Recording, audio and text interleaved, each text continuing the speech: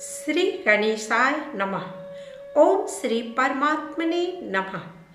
इस चैनल पर आपका स्वागत है।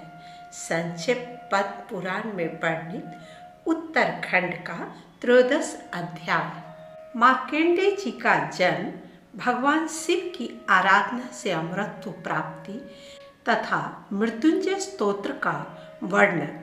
वशिष्ठ जी कहते हैं, राजन, महामना मृकंडु मुनि ने विधि पूर्वक माताओं के अर्धदैहिक संस्कार करके दीर्घ काल तक काशी में ही निवास किया।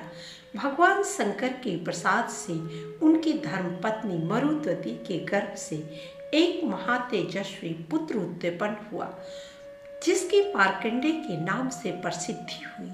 श्रीमान मार्कंडेय मुनि ने तपस्या से भगवान शिव की आराधना करके उनसे दीर्घायु पाकर अपनी आंखों से अनेकों बार प्रलय का दृश्य देखा। दिलीप ने पूछा, मुनिवर, आपने पहले यह बात बताई थी कि मृकंडु मुनि के मरुदति से कोई संतान नहीं हुई, फिर भगवान शिव के प्रसाद से उन्होंने किस प्रकार पुत्र प्राप्त किया तथा वह पुत्र शंकर जी के प्रसाद से कैसे दीर्घायु हुआ? इन सब बातों को मैं विस्तार के साथ सुनना चाहता हूँ, आप बताने की कृपा करें। वशिष्ठ जी ने कहा, राजन सुनो, मैं मार्कंडेय जी के जन्म का वृतांत बतलाता हूँ। महामुनि मृकंडु के कोई संतान नहीं थे, अतः उन्होंने अपनी पत्नी के साथ तपस्या और नियमों का पालन करते हुए भगवान शंकर को संतुष्ट किया। संतुष्ट होने पर पिनाकधारी शिव ने पत्नी सहित मुनि से कहा, मुनि, मुझसे कोई वर मांगो।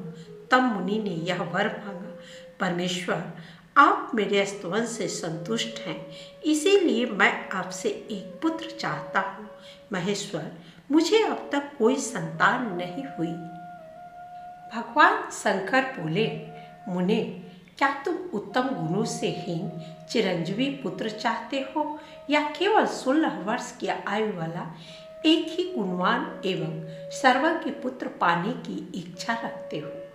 उनके इस प्रकार पूछने पर धर्मात्मा मृकंडु ने कहा, जगदीश्वर, मैं गुणहीन पुत्र नहीं चाहता।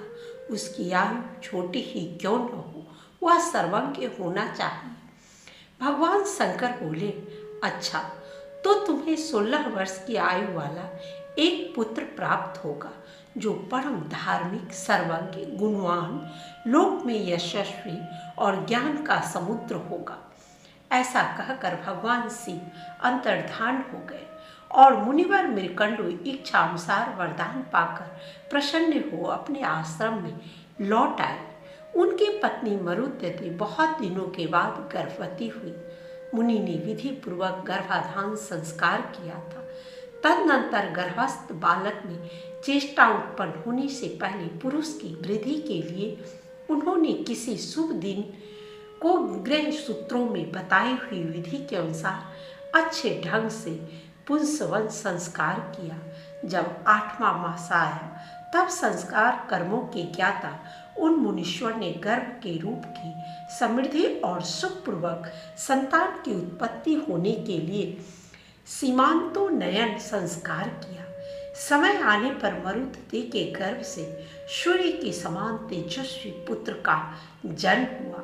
उस समय देवताओं की धुंधलियां बज उठी, संपूर्ण दिशाएं स्वच्छ हो गई और सब ओर से प्राणियों को तृप्त करने वाली कल्याणमयी वाणी सुनाई देने लगी। बालक की शांति के लिए वेद व्यास आदि मुनि भी मृकंडु के आश्रम पर पधारे। साक्षात महामुनि वेद व्यास ने बालक का जात कर्म संस्कार कराया। तत्पश्चात 11वें दिन मुनि ने नामकरण संस्कार किया। उसके बाद नाना प्रकार के वेदोक्त मंत्रों और आशीर्वाद से अभिनंदन करके मुनियों ने बालक की रक्षा का शास्त्रीय उपाय किया। फिर मृकंडु मुनि के द्वारा पूजित हो हुए सब लोग लौट गए। उस समय नगर और प्रांत के लोग हर्ष में भरकर आपस में कहते थे, अहो, इस बालक का अद्भुत रूप है, अद्भुत तेज है और समस्त अंगों का लक्षण भी अद्भुत है। मरुदती के सौभाग्य से साक्षात भगवान शंकर ही इस बालक के रूप में प्रकट हुए हैं। यह कितने आश्चर्य की बात है। चौथे महीने में पिता ने पुत्र को घर से बाहर निकाला, छठे महीने में उसका अन्नप्राशन कराया, फिर 2.5 वर्ष की अवस्था में चूड़ा कर्म करके श्रवण नक्षत्र में कर्णभेद किया। तदनंतर कर्मों के ज्ञाता मृकंडु मुनि ने बालक के ब्रह्म तेज की वृद्धि के लिए 5वें वर्ष की अवस्था में उसे यज्ञोपवीत दे दिया। फिर उपाकर्म करके विद्वान मुनि ने बालक को वेद पढ़ाया। उसने अंग, उपांग, पद तथा क्रम सहित संपूर्ण वेदों का विधि पूर्वक अध्ययन किया। वह बालक बड़ा शक्तिशाली था। गुरु तो उसके साक्षी मात्र थे। उसने विनय आदि गुणों को प्रकट करते हुए गुरु मुख से समस्त विद्याओं को ग्रहण किया। वह भिक्षा के अंश से जीवन निर्वाह करता हुआ प्रतिदिन माता पिता की सेवा में संलग्न रहता था। बुद्धिमान मार्कंडेय की आयु का 16वां वर्ष प्रारंभ होने पर मृकंडु मुनि का हृदय शोक से कातर हो उठा। उनकी संपूर्ण इंद्रियों में व्याकुलता छा गई। वे दीनता पूर्वक विलाप करने लगे।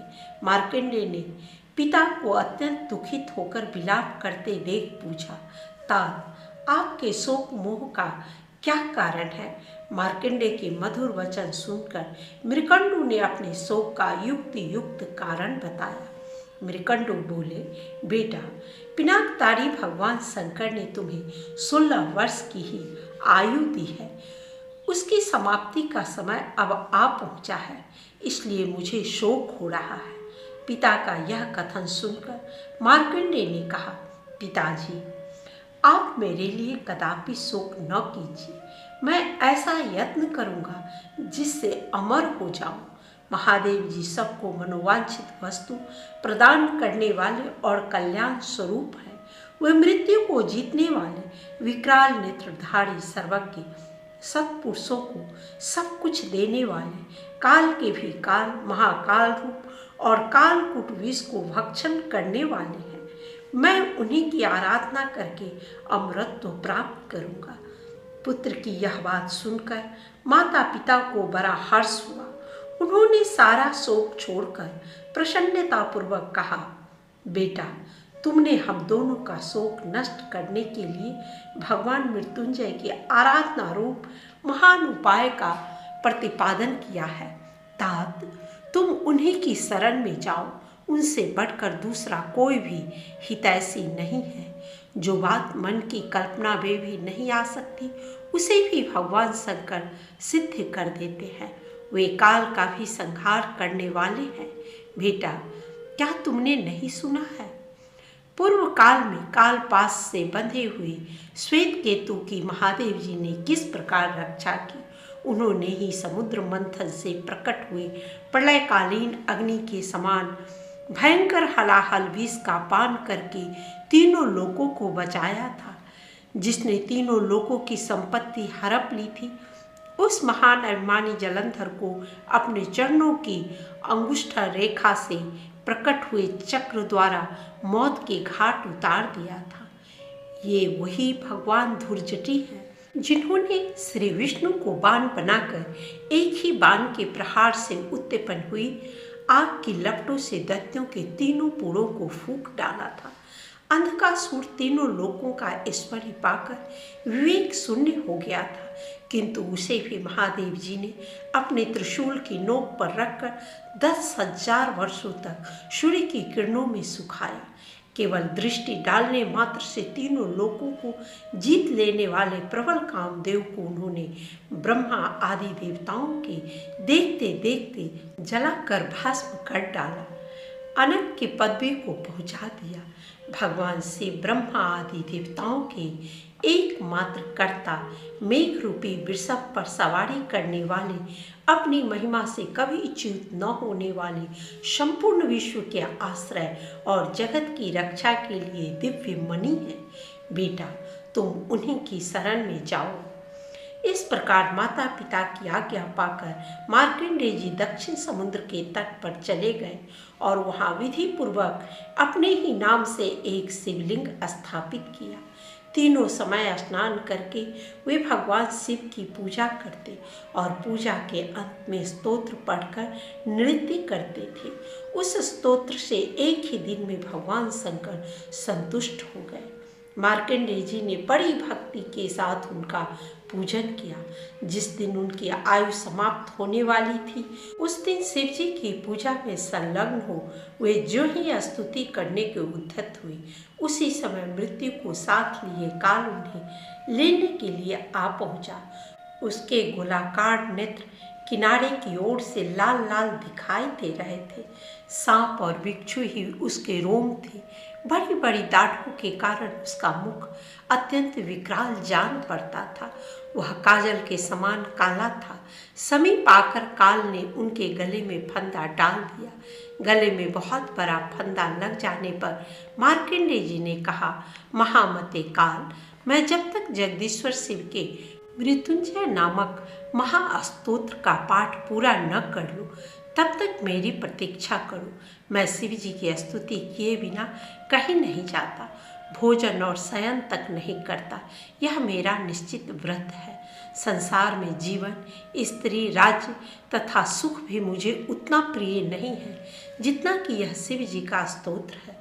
यदि मैंने इस विषय में कोई असत्य बात न कही हो तो इस सत्य के प्रभाव से भगवान महेश्वर सदा मुझ पर प्रसन्न रहे। यह सुनकर काल ने मार्कंडेय जी से हंसते हंसते कहा, ब्राह्मण, मालूम होता है तुमने पूर्व काल से निश्चित की हुई बड़े बूढ़ों की यह बात नहीं सुनी है। जो मूढ़ बुद्धि मानव आयु के प्रथम भाग में ही धर्म का अनुष्ठान नहीं करता, वह वृद्ध होने पर साथियों से बिछुड़े हुए राही की भांति पश्चाताप करता है। 8 महीनों में ऐसा उपाय कर लेना चाहिए जिससे वर्षा काल के 4 महीने सुख से बीते। दिन में ही वह काम पूरा कर ले जिससे रात में सुख से रहे। पहली अवस्था में ही ऐसा कार्य कर ले जिससे बुढ़ापे में सुख से रहे। जीवन भर ऐसा कार्य करता रहे जिससे मरने के बाद सुख हो। जो कार्य कल करना हो उसे आज ही कर ले, जिसे अपराह्न में करना हो उसे पूर्वाह्न में ही कर डाले। काल इस बात की प्रतीक्षा नहीं करता कि इस पुरुष का काम पूरा हुआ है या नहीं। यह कार्य कर लिया, यह करना है और इस कार्य का कुछ अंश हो गया है तथा कुछ बाकी है। इस प्रकार की इच्छाएं करते हुए पुरुष को काल सहसा आकर दबोच लेता है। जिसका काल नहीं आया है वह सैकड़ों बाणों से बिंध जाने पर भी नहीं मरता तथा जिसका काल आ पहुंचा है वह कुश के अग्रभाग से छू जाने पर भी जीवित नहीं रहता। मैं हजारों चक्रवर्ती राजाओं और सैकड़ों इंद्र को भी अपना ग्रास बना चुका हूँ। अतः इस विषय में तुम्हें क्रोध नहीं करना चाहिए। जिसका प्रयास कभी विफल नहीं होता। उस काल के उपयुक्त वचन सुनकर शिव जी की स्तुति में तत्पर रहने वाले मार्कंडेय जी ने कहा, काल, भगवान शिव की स्तुति में लगे रहने वाले पुरुषों के कार्य में जो लोग विघ्न डालते हैं वे शीघ्र ही नष्ट हो जाते हैं। इसलिए मैं तुम्हें मना करता हूँ। जैसे राजा के सिपाहियों पर राजा ही शासन कर सकता है, दूसरा कोई नहीं, उसी प्रकार शिव जी के भक्तों का परमेश्वर शिव ही शासन कर सकते हैं। भगवान शंकर के सेवक पर्वतों को भी विदीर्ण कर डालते हैं, समुद्रों को भी पी जाते हैं तथा पृथ्वी और अंतरिक्ष को भी हिला देते हैं। इतना ही नहीं, वे ब्रह्मा और इंद्र को भी तिनके के समान समझते हैं। भला उनके लिए कौन सा कार्य दुष्कर है।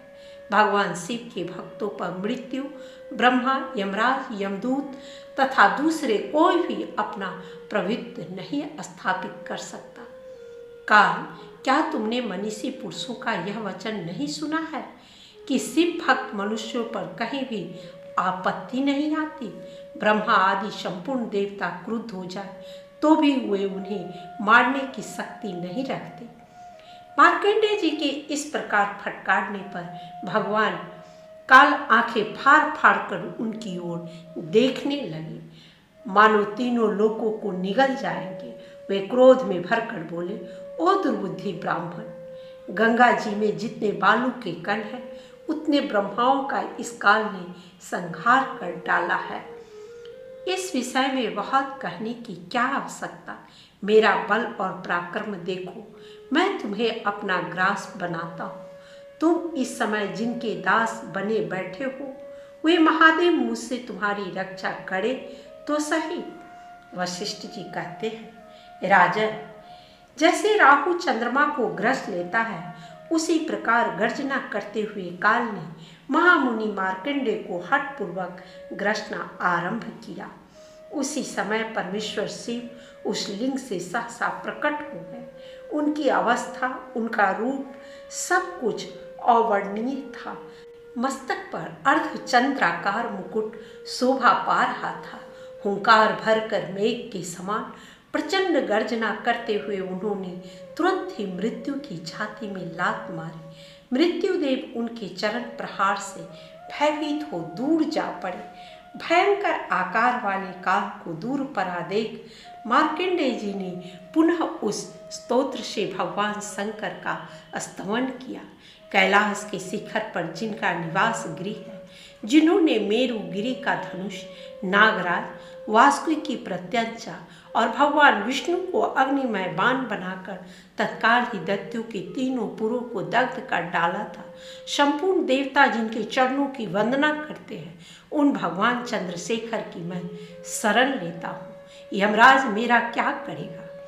मंदार, पारिजात, संतान, कल्प वृक्ष और हरिचंदन, इन 5 दिव्य वृक्षों के पुष्पों से सुगंधित युगल चरण कमल जिनकी शोभा बढ़ाते हैं, जिन्होंने अपनी ललाटवर्ती नेत्र से प्रकट हुई आग की ज्वाला में कामदेव के शरीर को भस्म कर डाला था, जिनका श्री विग्रह सदा भस्म से विभूषित रहता है, जो भव शब की उत्पत्ति के कारण होते हुए भी भव संसार के नाशक है तथा जिनका कभी विनाश नहीं होता, उन भगवान चंद्रशेखर की मैं शरण लेता हूँ।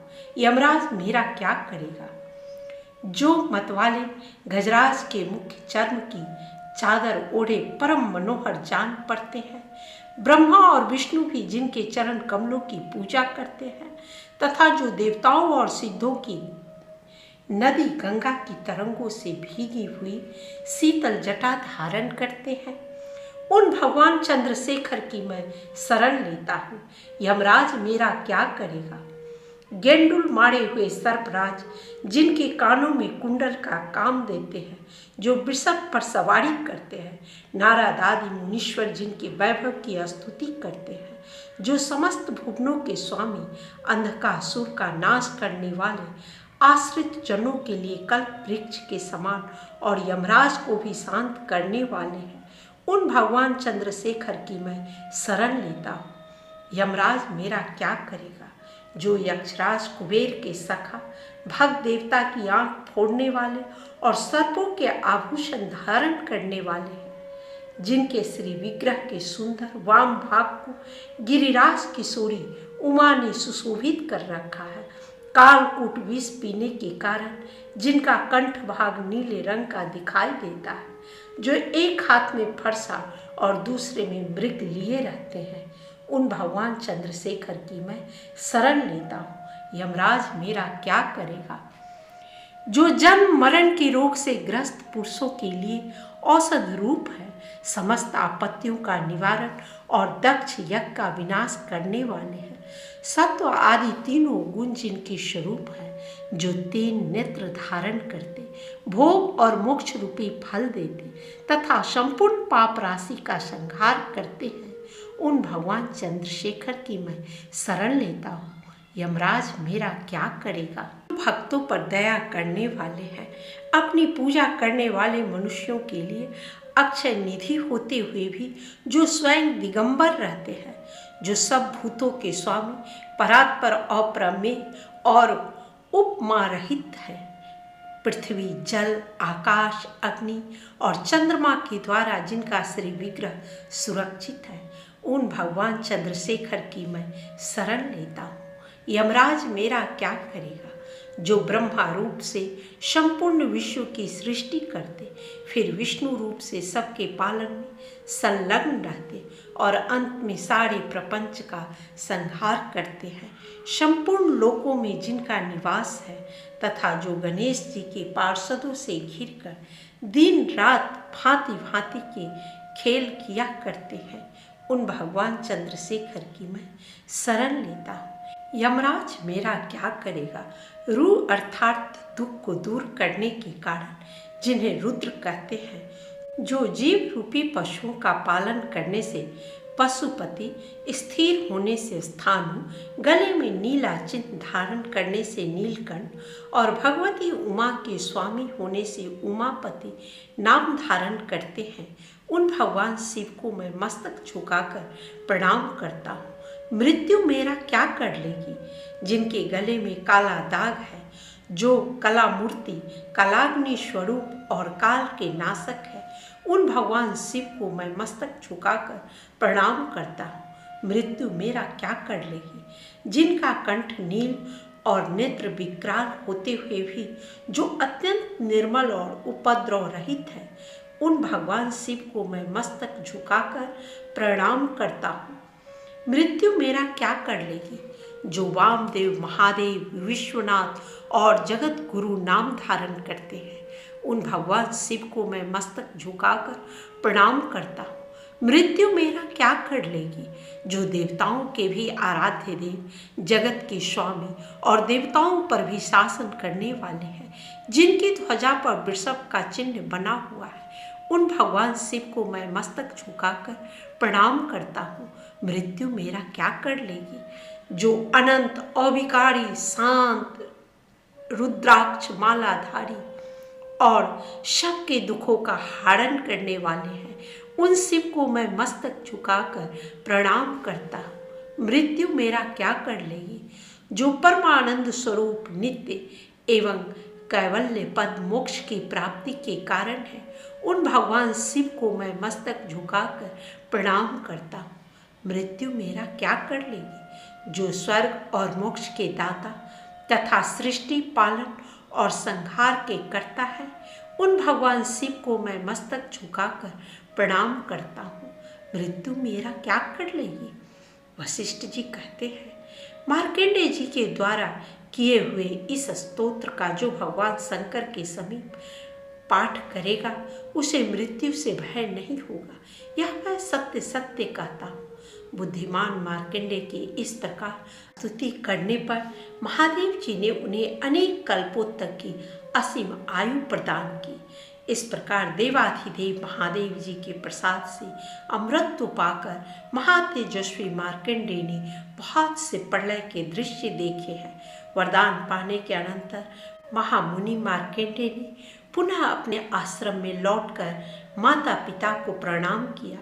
फिर उन्होंने भी पुत्र का अभिनंदन किया। उसके बाद मार्कंडेय जी तीर्थ यात्रा में प्रवृत्त होकर सदा इस पृथ्वी पर विचरने लगे। यमराज भी भगवान शंकर की स्तुति करके अपने लोक में चले गए। राजन, मृगश्रृंग मुनि सदा माघ स्नान किया करते थे। उसी के महात्म्य से उनकी संतान इस प्रकार सौभाग्यशालिनी हुई। माघ स्नान के लिए मुख्य तीर्थ और नियम। राजा दिलीप ने पूछा, मुने, आप इक्ष्वाकु वंश के गुरु और महात्मा हैं, आपको नमस्कार है। माघ स्नान में संलग्न रहने वाले पुरुषों के लिए कौन कौन से मुख्य तीर्थ हैं, उनका विस्तार के साथ वर्णन कीजिए, मैं सुनना चाहता हूँ। वशिष्ठ जी ने कहा, राजन, माघ मास आने पर बस्ती से बाहर जहाँ कहीं भी जल हो, उसे सब ऋषियों ने गंगाजल के समान बतलाया है। तथापि मैं तुमसे विशेषतः माघ स्नान के लिए मुख्य तीर्थों का वर्णन करता हूँ। पहला है तीर्थराज प्रयाग। वह बहुत विख्यात तीर्थ है। प्रयाग सब तीर्थों में कामना की पूर्ति करने वाला तथा धर्म, अर्थ, काम, मोक्ष चारों पुरुषार्थों को देने वाला है। उसके सिवा नैमिषारण्य, कुरुक्षेत्र, हरिद्वार, उज्जैन, सरयू, यमुना, द्वारका, अमरावती, सरस्वती और समुद्र का संगम, गंगा सागर संगम, कांची, त्र्यंबकम तीर्थ, सप्त गोदावरी का तट, कालंजर, प्रभास, बद्रिकाश्रम, महालय, ओंकार क्षेत्र, पुरुषोत्तम क्षेत्र, जगन्नाथपुरी, गोकर्ण, भृगुकर्ण, भृगतुंग, पुष्कर, तुंगभद्रा, कावेरी, कृष्णावेणी, नर्मदा, सुवर्णमुखी तथा वेगावती नदी, ये सभी माघ स्नान में स्नान करने वालों के लिए मुख्य तीर्थ है। गया नामक जो तीर्थ है वह पितरों के लिए तृप्तिदायक और हितकर है। ये भूमि पर विराजमान तीर्थ है जिनका मैंने तुमसे वर्णन किया है। राजन, अब मानस तीर्थ बतलाता हूँ, सुनो। उनमें भली भांति स्नान करने से मनुष्य परम गति को प्राप्त होता है। सत्य तीर्थ, क्षमा तीर्थ, इंद्रिय निग्रह तीर्थ, सर्वभूत दया तीर्थ, आर्जव यानी सरलता तीर्थ, दान तीर्थ, दम तीर्थ, संतोष तीर्थ, ब्रह्मचर्य तीर्थ, नियम तीर्थ, मंत्र जप तीर्थ, प्रिय भाषण तीर्थ, ज्ञान तीर्थ, धैर्य तीर्थ, अहिंसा तीर्थ, आत्म तीर्थ, ध्यान तीर्थ और शिव स्मरण तीर्थ, ये सभी मानस तीर्थ है। मन की शुद्धि सब तीर्थों से उत्तम तीर्थ है।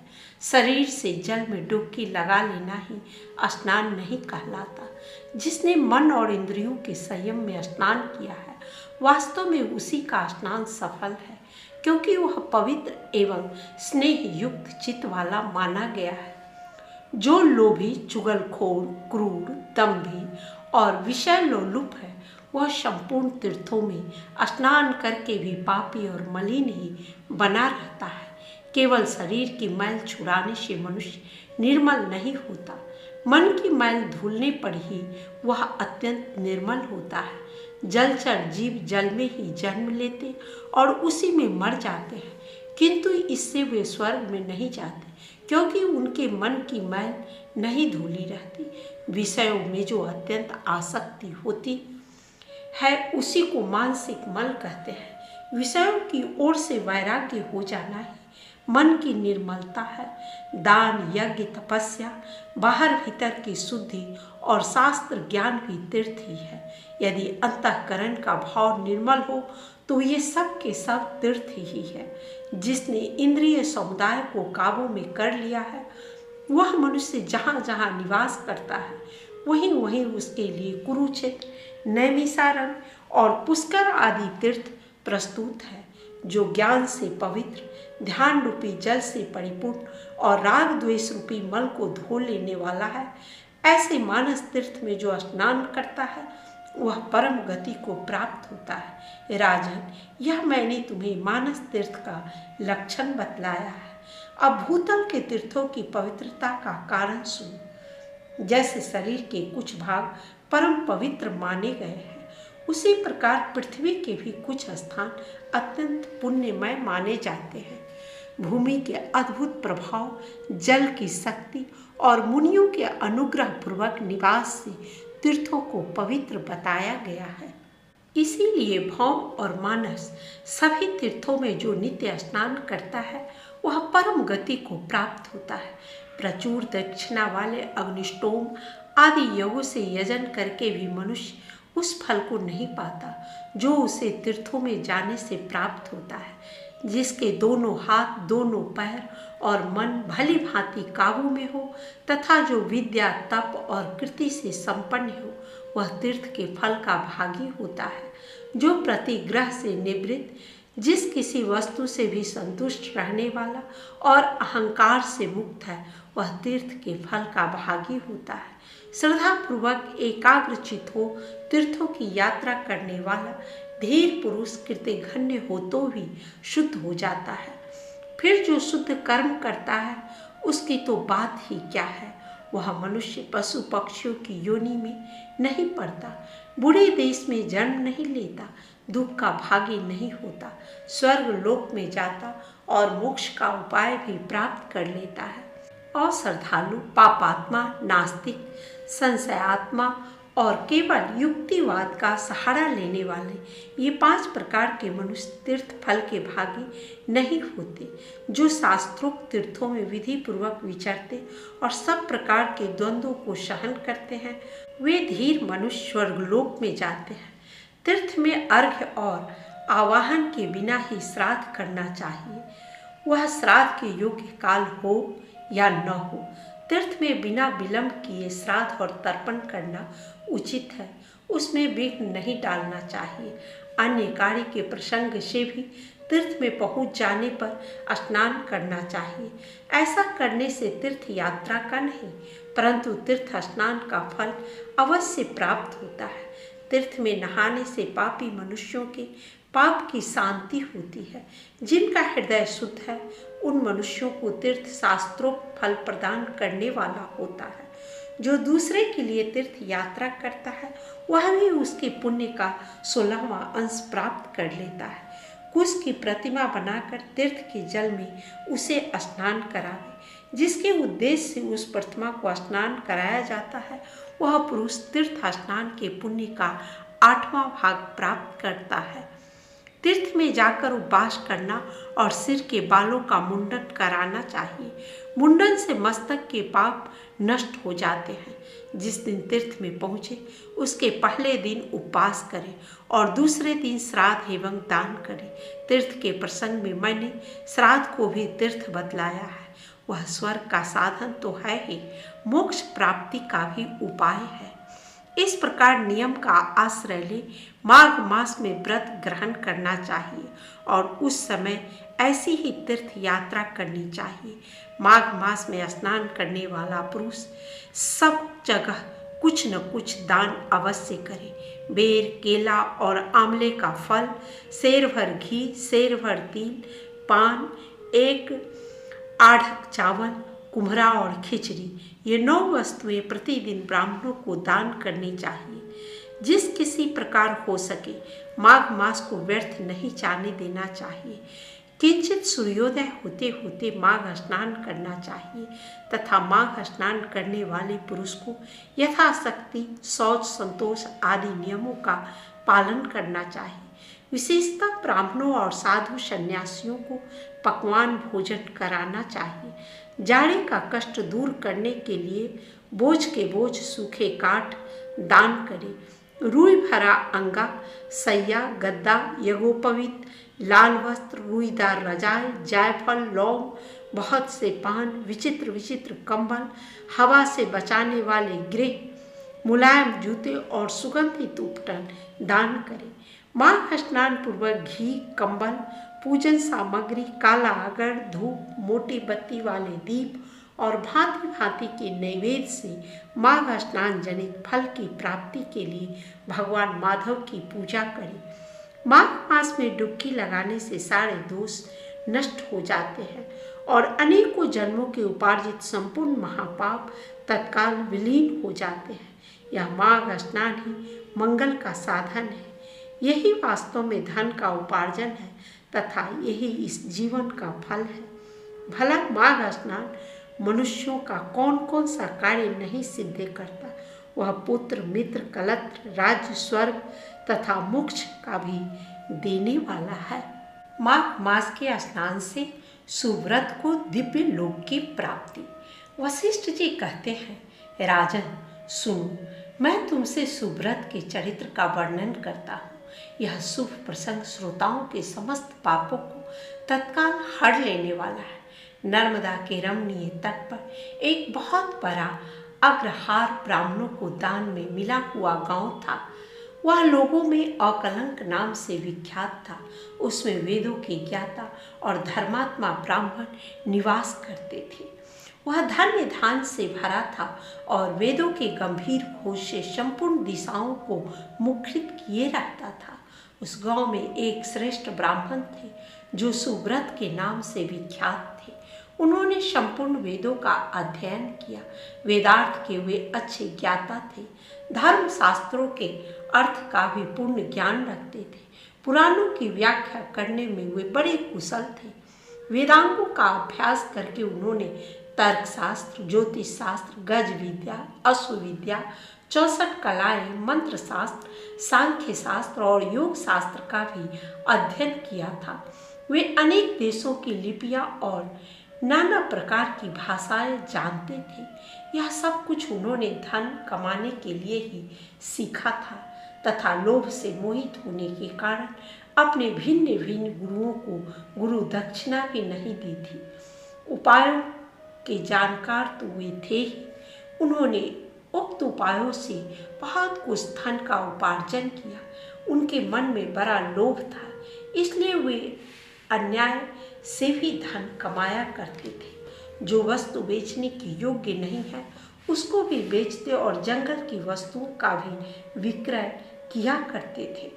उन्होंने चांडाल आदि से भी दान लिया, कन्या बेची तथा गौ, तेल, चावल, रस और तेल का भी विक्रय किया। वे दूसरों के लिए तीर्थ में जाते, दक्षिणा लेकर देवता की पूजा करते, वेतन लेकर पढ़ाते और दूसरों के घर खाते थे। इतना ही नहीं, वे नमक, पानी, दूध, दही और पकवान भी बेचा करते थे। इस तरह अनेक उपायों से उन्होंने यत्नपूर्वक धन कमाया। धन के पीछे उन्होंने नित्य नैमित्तिक कर्म तक छोड़ दिया था। न खाते थे, न दान करते थे, हमेशा अपना धन गिनते रहते थे कि कब कितना जमा हुआ। इस प्रकार उन्होंने 1 लाख स्वर्ण मुद्राएं उपार्जित कर ली। धनोपार्जन में लगे लगे ही वृद्धावस्था आ गई और सारा शरीर जर्जर हो गया। काल के प्रभाव से समस्त इंद्रियां शिथिल हो गई। अब वे उठने और कहीं आने जाने में असमर्थ हो गए। धनोपार्जन का काम बंद हो जाने से स्त्री सहित ब्राह्मण देवता बहुत दुखी हुए। इस प्रकार चिंता करते करते जब उनका चित्त बहुत व्याकुल हो गया तब उनके मन में सहसा विवेक का प्रादुर्भाव हुआ। सुब्रत अपने आप कहने लगे, मैंने नीच प्रतिग्रह से, नहीं पचने योग्य वस्तुओं को बेचने से तथा तपस्या आदि का भी विक्रय करने से यह धन जमा किया है, फिर भी मुझे शांति नहीं मिली। मेरी तृष्णा अत्यंत दुस्सह है। यह मेरु पर्वत के समान असंख्य सुवर्ण पाने की अभिलाषा रखती है। अहो, मेरा मन महान कष्टदायक और संपूर्ण क्लेशों का कारण है।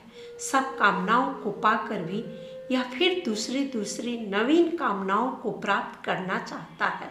बूढ़े होने पर सिर के बाल पक जाते हैं, दांत टूट जाते हैं, आँख और कानों की शक्ति भी छिन्न हो जाती है, किंतु एक तृष्णा ही ऐसी है जो उस समय भी नित्य तरुण होती जाती है।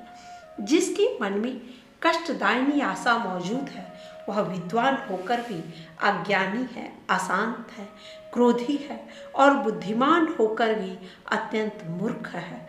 आशा मनुष्यों को नष्ट करने वाली है, उसे अग्नि के समान जानना चाहिए। अतः जो विद्वान सनातन पद को प्राप्त करना चाहता हो वह आशा का परित्याग कर दे। बल, तेज, यश, विद्या, सम्मान, शास्त्र ज्ञान तथा उत्तम कुल में जन्म, इन सब को आशा शीघ्र ही नष्ट कर देती है। मैंने भी इसी प्रकार बहुत क्लेश उठाकर यह धन कमाया है। वृद्धावस्था ने मेरे शरीर को भी गला दिया और सारा बल भी हर लिया। अब से मैं श्रद्धापूर्वक परलोक सुधारने के लिए प्रयत्न करूँगा। ऐसा निश्चय करके ब्राह्मण देवता जब धर्म के मार्ग पर चलने के लिए उत्सुक हुए, उसी दिन रात में कुछ चोर उनके घर में घुस आए। आधी रात का समय था। आतताई चोरों ने ब्राह्मण को खूब कसकर बांध दिया और सारा धन लेकर चंपत हुए। चोरों के द्वारा धन छिन जाने पर ब्राह्मण अत्यंत दारुण विलाप करने लगा। हाय, मेरा धन कमाना धर्म, भोग अथवा मोक्ष किसी भी काम में नहीं आया। न तो मैंने उसे भोगा और न दान ही किया, फिर किस लिए धन का उपार्जन किया। हाय हाय, मैंने अपने आत्मा को धोखे में डालकर यह क्या किया। सब जगह से दान लिया और मदिरा तक का विक्रय किया। पहले तो एक ही गौ का प्रतिग्रह नहीं लेना चाहिए। यदि एक को ले लिया तो दूसरी का प्रतिग्रह लेना कदापि उचित नहीं है। उस गौ को भी यदि बेच दिया जाए तो वह 7 पीढ़ियों को दग्ध कर देती है। इस बात को जानते हुए भी मैंने लोभवश ऐसे ऐसे पाप किए हैं। धन कमाने के जोश में मैंने एक दिन भी एकाग्रचित होकर अच्छी तरह संध्या उपासना नहीं की, अगर्भ या सगर्भ प्राणायाम भी नहीं किया। 3 बार जल पीकर और 2 बार होंठ पोंछकर भली भांति आचमन नहीं किया। उतावली छोड़कर और हाथ में कुश की पवित्री लेकर मैंने कभी गायत्री मंत्र का वाचिक उपांशुक अथवा मानस जप भी नहीं किया। जीवों का बंधन छुड़ाने वाले महादेव जी की आराधना नहीं की। जो मंत्र पढ़कर अथवा बिना मंत्र के ही शिवलिंग के ऊपर एक पत्ता या फूल डाल देता है, उसकी करोड़ों पीढ़ियों का उद्धार हो जाता है, किंतु मैंने कभी ऐसा नहीं किया। संपूर्ण पापों का नाश करने वाले भगवान विष्णु को कभी संतुष्ट नहीं किया। 5 प्रकार की हत्याओं के पाप शांत करने वाले 5 यज्ञों का अनुष्ठान नहीं किया। स्वर्ग लोक की प्राप्ति कराने वाले अतिथि के सत्कार से भी वंचित रहा। सन्यासी का सत्कार करके उसे अन्न की भिक्षा नहीं दी। ब्रह्मचारी को विधि पूर्वक अतिथि के योग्य भोजन नहीं दिया। मैंने ब्राह्मणों को भांति भांति के सुंदर एवं महीन वस्त्र नहीं अर्पण किए। सब पापों का नाश करने के लिए प्रज्वलित अग्नि में घी से भींगे हुए मंत्रपूत तिलों का हवन नहीं किया। श्री सूक्त, पावमानी ऋचा, मंडल ब्राह्मण, पुरुष सूक्त और परम पवित्र शतरुद्र ये मंत्र का जप नहीं किया। पीपल के वृक्ष का सेवन नहीं किया।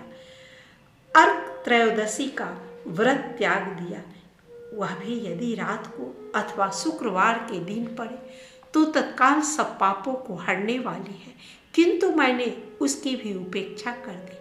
ठंडी छाया वाले सघन वृक्ष का पौधा नहीं लगाया। सुंदर सैया और मुलायम गद्दे का दान नहीं किया। पंखा, छतरी, पान तथा मुख को सुगंधित करने वाली और कोई वस्तु भी ब्राह्मण को दान नहीं दी। नित्य श्राद्ध, भूत बलि और अतिथि पूजा भी नहीं की। उपर्युक्त उत्तम वस्तुओं का जो लोग दान करते हैं वे पुण्य की भागी मनुष्य यमलोक में यमराज को, यमदूतों को और यमलोक की यातनाओं को नहीं देखते, किंतु मैंने यह भी नहीं किया। गौओं को ग्रास नहीं दिया, उनके शरीर को कभी नहीं खुजलाया। कीचड़ में फंसी हुई गौ को, जो गोलोक में सुख देने वाली होती है, मैंने कभी नहीं निकाला। याचकों को उनकी मुंह मांगी वस्तुएं देकर कभी संतुष्ट नहीं किया। भगवान विष्णु की पूजा के लिए कभी तुलसी का वृक्ष नहीं लगाया। सालग्राम शिला के तीर्थभूत चरणामृत को न तो कभी पिया और न मस्तक पर ही चढ़ाया। एक भी पुण्यमयी एकादशी तिथि को उपवास नहीं किया। शिवलोक प्रदान करने वाली शिवरात्रि का भी व्रत नहीं किया। वेद, शास्त्र, धन, स्त्री, पुत्र, खेत और अटारी आदि वस्तुएं इस लोक से जाते समय मेरे साथ नहीं जाएंगी। अब तो मैं बिल्कुल असमर्थ हो गया, अतः कोई उद्योग भी नहीं कर सकूंगा। क्या करूं, कहाँ जाऊं? हाय, मुझ पर बड़ा भारी कष्ट आ पड़ा। मेरे पास परलोक का राह खर्च भी नहीं है। इस प्रकार व्याकुलचित होकर सुब्रत ने मन ही मन विचार किया। अहो, मेरी समझ में आ गया। मैं धन कमाने के लिए उत्तम देश काश्मीर को जा रहा था।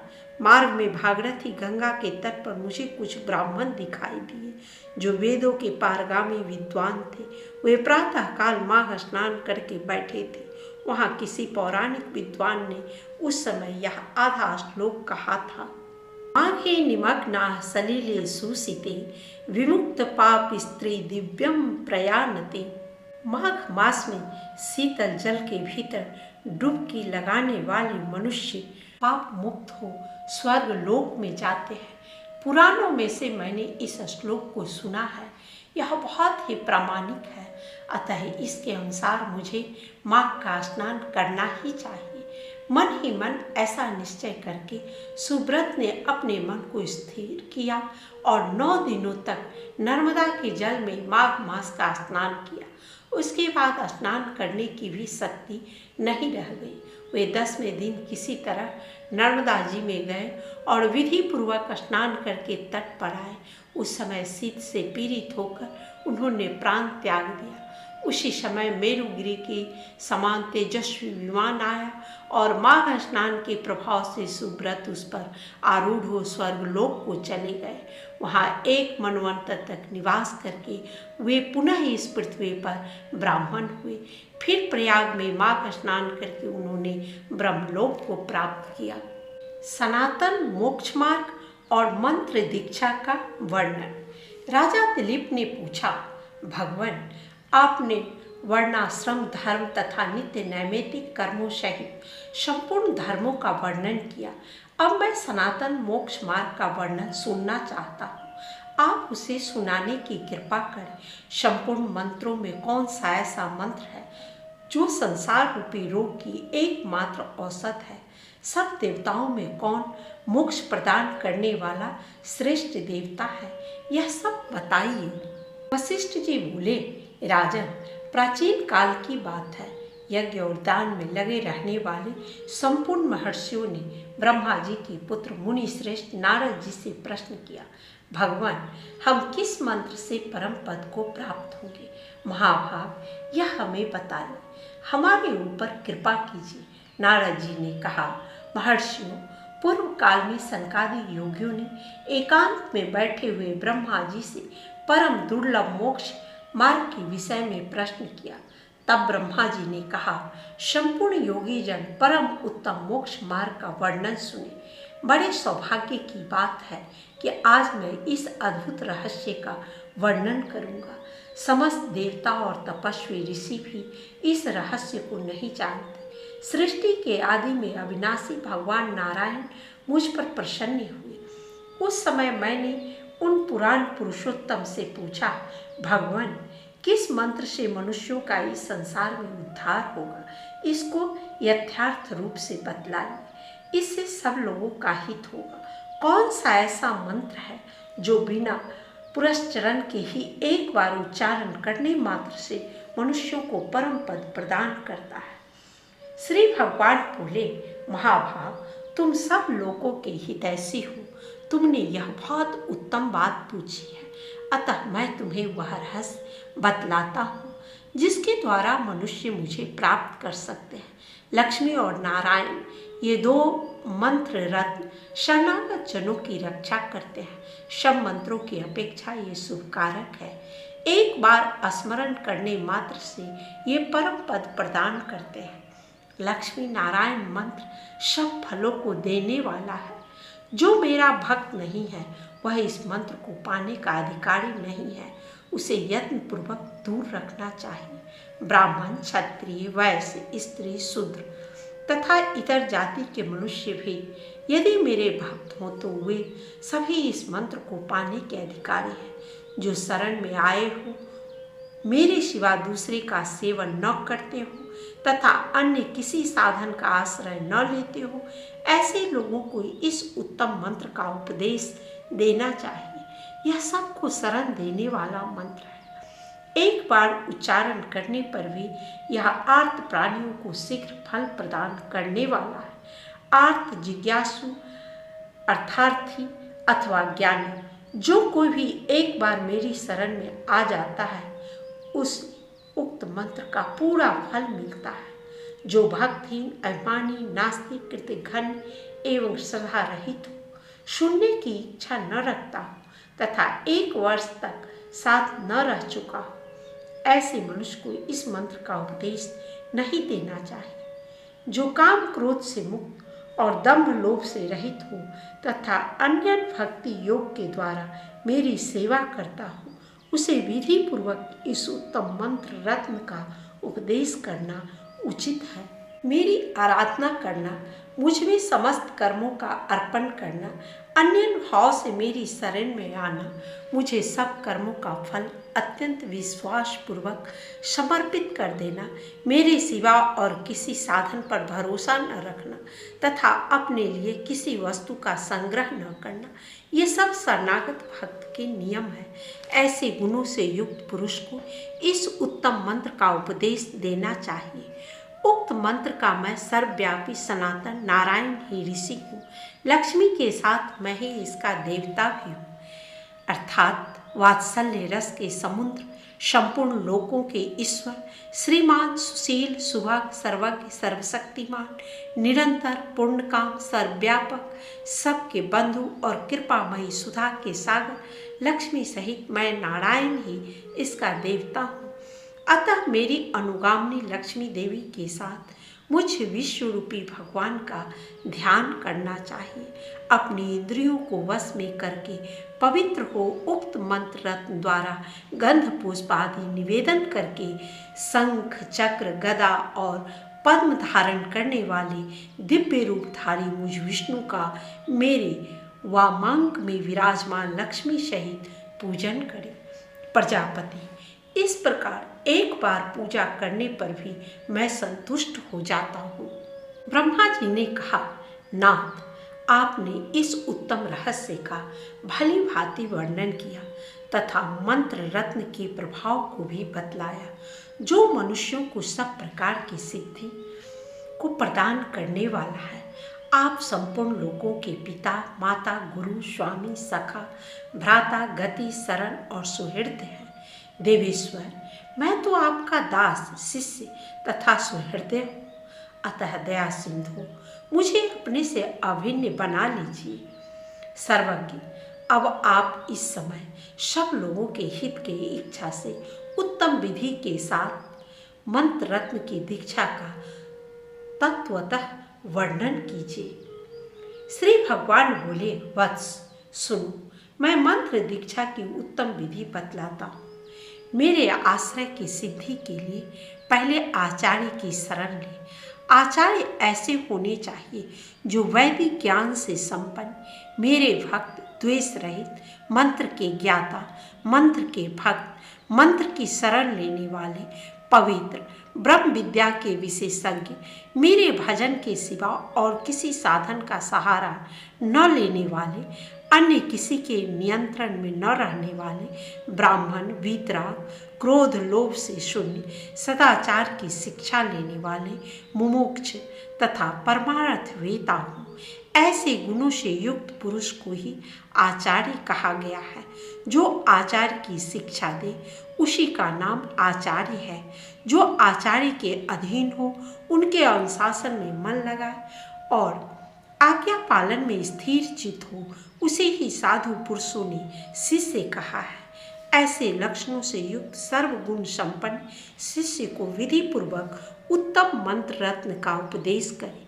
द्वादशी को श्रवण नक्षत्र में या वैष्णव के बताए हुए किसी भी समय में उत्तम आचार्य की प्राप्ति होने पर दीक्षा ग्रहण करनी चाहिए। वशिष्ठ जी कहते हैं, इस प्रकार मंत्र रत्न का उपदेश पाकर तीनों लोकों के सामने ब्रह्मा जी ने मुझको और नारद जी को भी उक्त मंत्र का उपदेश दिया। तत्पश्चात नैमिषारण्यवासी शौनकादि महर्षियों को नारद जी ने इस मंत्र का उपदेश दिया, जो शरणागतों की रक्षा करता है। राजन, महर्षि भी इस गुह्यतम मंत्र को नहीं जानते। लक्ष्मी और नारायण, ये दोनों मंत्र परम रहस्यमय हैं। इन दोनों से श्रेष्ठ दूसरा कोई मंत्र नहीं है। इन दोनों से श्रेष्ठ धर्म संपूर्ण लोकों में कोई नहीं है। ब्रह्मा जी ने पूर्व काल में 3 बार सत्य की प्रतिज्ञा करके कहा था, मनुष्यों को मुक्ति प्रदान करने के लिए भगवान नारायण से बढ़कर दूसरा कोई देवता नहीं है। उनकी सेवा ही संपूर्ण शुभाशुभ कर्मों का मूल्योच्छेद करने वाला मोक्ष है। भगवान विष्णु की महिमा, उनकी भक्ति के भेद तथा अष्टाक्षर मंत्र के स्वरूप एवं अर्थ का निरूपण। राजा दिलीप ने कहा, भगवान, हरि भक्तिमय सुधा से पूर्ण आपके वचनों को सुनने से मुझे तृप्ति नहीं होती, अधिकाधिक सुनने की इच्छा बढ़ती जाती है। अतः इस विषय में जितनी बातें हों सब बताइए। मुनि श्रेष्ठ, इस भयानक संसार रूपी वन में आध्यात्मिक आदि तीनों तापों के दावानल की महाज्वाला से संतप्त हुए मनुष्यों के लिए श्री हरि भक्तिमय सुधा के समुद्र को छोड़कर दूसरा कौन सा आश्रय हो सकता है। महामुने, मुनिजन जिनकी सदा उपासना करते हैं परमात्मा की भक्ति के उन विभिन्न रूपों को इस समय विस्तार के साथ बतलाइए। वशिष्ठ जी ने कहा, राजेंद्र, तुम्हारा प्रश्न बहुत उत्तम है। यह मनुष्यों को संसार सागर के पार उतारने वाला है। भगवान विष्णु की भक्ति नित्य सुख देने वाली है। प्राचीन काल में कैलाश पर्वत के शिखर पर भगवती पार्वती जी ने लोक पूजित भगवान शंकर से इसी महान प्रश्न को पूछा था। पार्वती जी बोली, देव देव, त्रिपुरासुर को मारने वाले महादेव सुरेश्वर, मुझे विष्णु भक्ति का उपदेश कीजिए जो सब प्राणियों को मुक्ति देने वाली है। श्री महादेव जी ने कहा, सब लोगों का हित चाहने वाली महादेवी, तुम्हें साधुवाद। तुम जो भगवान लक्ष्मीपति के उत्तम महात्म्य के विषय में प्रश्न करती हो, यह बहुत ही उत्तम है। पार्वती, तुम धन्य हो, पुण्यात्मा हो और भगवान विष्णु की भक्त हो। तुम्हारा कल्याण हो। मैं तुम्हारे शील, रूप और गुणों से सदा ही संतुष्ट रहता हूँ। गिरिजे, मैं उत्तम भगवत भक्ति, भगवान विष्णु के स्वरूप तथा उनके मंत्रों के विधान का वर्णन करता हूँ। सुनो, भगवान नारायण ही परमार्थ तत्व है। वे ही विष्णु, वासुदेव, सनातन परमात्मा, परब्रह्म, परम ज्योति, परात्पर, अच्युत, पुरुष, कृष्ण, शाश्वत, शिव, ईश्वर, नित्य, सर्वगत, अस्थानु, रुद्र, साक्षी, प्रजापति, यज्ञ, साक्षात यज्ञपति, ब्रह्मस्पति, हिरण्यगर्भ, सविता, लोककर्ता, लोकपालक और विभु आदि नामों से पुकारे जाते हैं। वे भगवान विष्णु और अक्षर के वाच्य, लक्ष्मी से संपन्न, लीला के स्वामी तथा सबके प्रभु हैं। अन्न से जिसकी उत्पत्ति होती है, उस जीव समुदाय के तथा अमृत तत्व के भी स्वामी हैं। वे विश्वात्मा, सहस्त्रों मस्तक वाले, सहस्त्रों नेत्र वाले और सहस्त्रों पैर वाले हैं। उनका कभी अंत नहीं होता, इसलिए वे अनंत कहलाते हैं। लक्ष्मी के पति होने से श्रीपति नाम धारण करते हैं। योगी जन उनमें रमन करते हैं, इसलिए उनका नाम राम है। वे समस्त गुणों को धारण करते हैं तथा वे निर्गुण हैं, महान हैं। वे समस्त लोगों के ईश्वर, श्रीमान, सर्वज्ञ तथा सब और मुख वाले हैं। पार्वती, उन लोक प्रधान जगदीश्वर भगवान वासुदेव के महात्म्य का जितना मुझसे हो सकेगा वर्णन करता हूँ। वास्तव में तो मैं, ब्रह्मा जी तथा संपूर्ण देवता मिलकर भी उसका पूरा वर्णन नहीं कर सकते। संपूर्ण उपनिषदों में भगवान की महिमा का ही प्रतिपादन है तथा वेदांत में उन्हीं को परमार्थ तत्व निश्चित किया गया है। अब मैं भगवान की उपासना के पृथक पृथक भेद बतलाता हूँ। सुनो, भगवान का अर्चन, उनके मंत्रों का जप, स्वरूप का ध्यान, नामों का स्मरण, कीर्तन, श्रवण, वंदन, चरण सेवन, चरणोदक सेवन, उनका प्रसाद ग्रहण करना, भगवत भक्तों की सेवा, द्वादशी व्रत का पालन करना तथा तुलसी का वृक्ष लगाना, यह सब देवाधिदेव भगवान विष्णु की भक्ति है जो भाव बंधन से छुटकारा दिलाने वाली है। संपूर्ण देवताओं के तथा मेरे लिए भी पुरुषोत्तम श्री हरि ही पूजनीय है। ब्राह्मणों के लिए तो वे विशेष रूप से पूज्य हैं, अतः ब्राह्मणों को उचित है कि वे प्रतिदिन विधि पूर्वक श्री हरि का पूजन करें। श्रेष्ठ द्विज को अष्टाक्षर मंत्र का अभ्यास करना चाहिए। प्रणव को मिलाकर ही वह मंत्र अष्टाक्षर कहा गया है। मंत्र है ओम नमो नारायणाय। इस प्रकार इस मंत्र को अष्टाक्षर जानना चाहिए। यह सब मनोरथों की सिद्धि और सब दुखों का नाश करने वाला है। इसे सर्व मंत्र स्वरूप और शुभकारक माना गया है। इस मंत्र के ऋषि और देवता लक्ष्मीपति भगवान नारायण ही है। छंद दैवी गायत्री है। प्रणव को इसका बीज कहा गया है। भगवान से कभी विलग न होने वाले, भगवती लक्ष्मी को ही विद्वान पुरुष इस मंत्र की शक्ति कहते हैं। इस मंत्र का पहला पद ओम, दूसरा पद नमः और तीसरा पद नारायणाय है। इस प्रकार यह 3 पदों का मंत्र बतलाया गया है। प्रणव में 3 अक्षर है, आकार, उकार तथा मकार। प्रणव को तीनों वेदों का स्वरूप बतलाया गया है। यह ब्रह्म का निवास स्थान है। औकार से भगवान विष्णु का और उकार से भगवती लक्ष्मी का प्रतिपादन होता है। मौकार से उन दोनों के दासभूत जीवात्मा का कथन है जो 25वां तत्व है। किसी किसी के मत में उकार अवधारणवाची है। इस पक्ष में भी श्री तत्व का प्रतिपादन उकार के ही द्वारा किया जाता है। जैसे सूर्य की प्रभा सूर्य से कभी अलग नहीं होती, उसी प्रकार भगवती लक्ष्मी श्री विष्णु से नित्य संयुक्त रहती है। औकार से जिनका बोध कराया जाता है वे लक्ष्मीपति भगवान विष्णु कारण के भी कारण है। संपूर्ण जीवात्माओं के प्रधान अंगी हैं, जगत के बीज हैं और परम पुरुष हैं।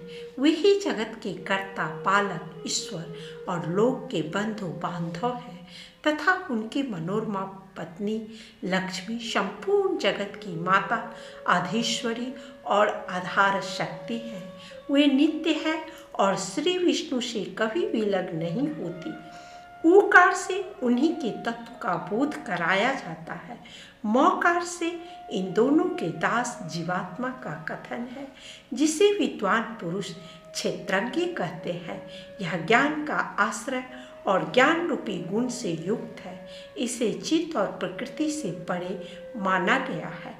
यह अजन्मा, निर्विकार, एक रूप स्वरूप का भागी, अनु, नित्य, अव्यापक, चिदानंद स्वरूप, अहम पद का अर्थ अविनाशी, क्षेत्र का अधिष्ठाता, भिन्न भिन्न रूप धारण करने वाला सनातन, जलाने, काटने, गलाने और सुखाने में न आने वाला तथा अविनाशी है। ऐसे गुणों से युक्त जो जीवात्मा है वह सदा परमात्मा का अंगभूत है। वह केवल श्री हरि का ही दास है और किसी का नहीं। इस प्रकार मध्यम अक्षर ऊकार के द्वारा जीव के दास भाव का ही अवधारणा किया जाता है। इस तरह प्रणव का अर्थ जानना चाहिए। प्रणव का अर्थ स्पष्ट हो जाने पर शेष मंत्र के द्वारा परमात्मा के दासभूत जीव की परतंत्रता ही सिद्ध होती है। वह कभी स्वतंत्र नहीं होता। अतः अपनी स्वतंत्रता के महान अहंकार को मन से दूर कर देना चाहिए। अहंकार बुद्धि से जो कर्म किया जाता है उसका भी निषेध है। मनस, मन शब्द में जो मकार है वह अहंकार का वाचक है और नौकार उसका निषेध करने वाला है। अतः मन से ही जीव के लिए अहंकार त्याग की प्रेरणा मिलती है। अहंकार से युक्त मनुष्य को तनिक भी सुख नहीं मिलता। जिसका चित्त अहंकार से मोहित है वह घोर अंधकार से पूर्ण नरक में गिरता है। इसलिए मन के द्वारा क्षेत्रज्ञ की स्वतंत्रता का निषेध किया गया है। वह भगवान के अधीन है, भगवान के अधीन ही उसका जीवन है। अतः चेतन जीवात्मा किसी साधन का स्वतंत्र करता नहीं है। ईश्वर के संकल्प से ही संपूर्ण चराचर जगत अपने अपने व्यापार में लगा है। अतः जीव अपने सामर्थ्य पर निर्भर रहना छोड़ दे। ईश्वर के सामर्थ्य से उसके लिए कुछ भी अलभ्य नहीं है। अपना सारा भार भगवान लक्ष्मीपति को सौंपकर उनकी आराधना के ही कर्म करे। श्री हरि परमात्मा है, मैं सदा उनका दास बना रहूं। इस भाव से स्वेच्छापूर्वक अपने आत्मा को ईश्वर की सेवा में लगाना चाहिए। इस प्रकार मन के द्वारा अहंता, ममता का त्याग करना उचित है। देह में जो अहंग बुद्धि होती है वही संसार बंधन का मूल कारण है, वही कर्मों के बंधनों में डालती है। अतः विद्वान पुरुष अहंकार को त्याग दे। पार्वती, अब मैं नारायण शब्द की व्याख्या करता हूँ। सुबह नर अर्थात जीवों के समुदाय को नर कहते हैं। उन नार शब्दवाच्य जीवों के आयन, गति अर्थात आश्रय परम पुरुष श्री विष्णु है। अतः वे नारायण कहलाते हैं, अथवा नार यानी जीव उन भगवान के आयन निवास स्थान है। इसीलिए भी उन्हें नारायण कहा जाता है। जड़ चेतन रूप जितना भी जगत देखा या सुना जाता है, उसको पूर्ण रूप से व्याप्त करके भगवान नित्य विराजमान है। इसलिए उनका नाम नारायण है, जो कल्प के अंत में संपूर्ण जगत को अपना ग्रास बनाकर अपने ही भीतर धारण करते हैं और सृष्टि के आरंभ काल में पुनः सबकी सृष्टि करते हैं। वे भगवान नारायण कहे गए हैं। संपूर्ण चराचर जगत नार कहलाता है। उसको जिनका संग नित्य प्राप्त है अथवा उसे जिनके द्वारा उत्तम गति प्राप्त होती है, उन्हें नारायण कहते हैं। जल से फेन की भांति जिससे संपूर्ण लोक उत्पन्न होते हैं और पुनः जिनमें लीन हो जाते हैं, उन भगवान को नारायण कहा गया है। जो अविनाशी पद, नित्य स्वरूप तथा नित्य प्राप्त भोगों से संपन्न है, साथ ही जो संपूर्ण जगत का शासन करने वाले हैं, उन भगवान का नाम नारायण है। दिव्य, एक, सनातन और अपनी महिमा से कभी च्युत न होने वाले श्री हरि ही नारायण कहलाते हैं।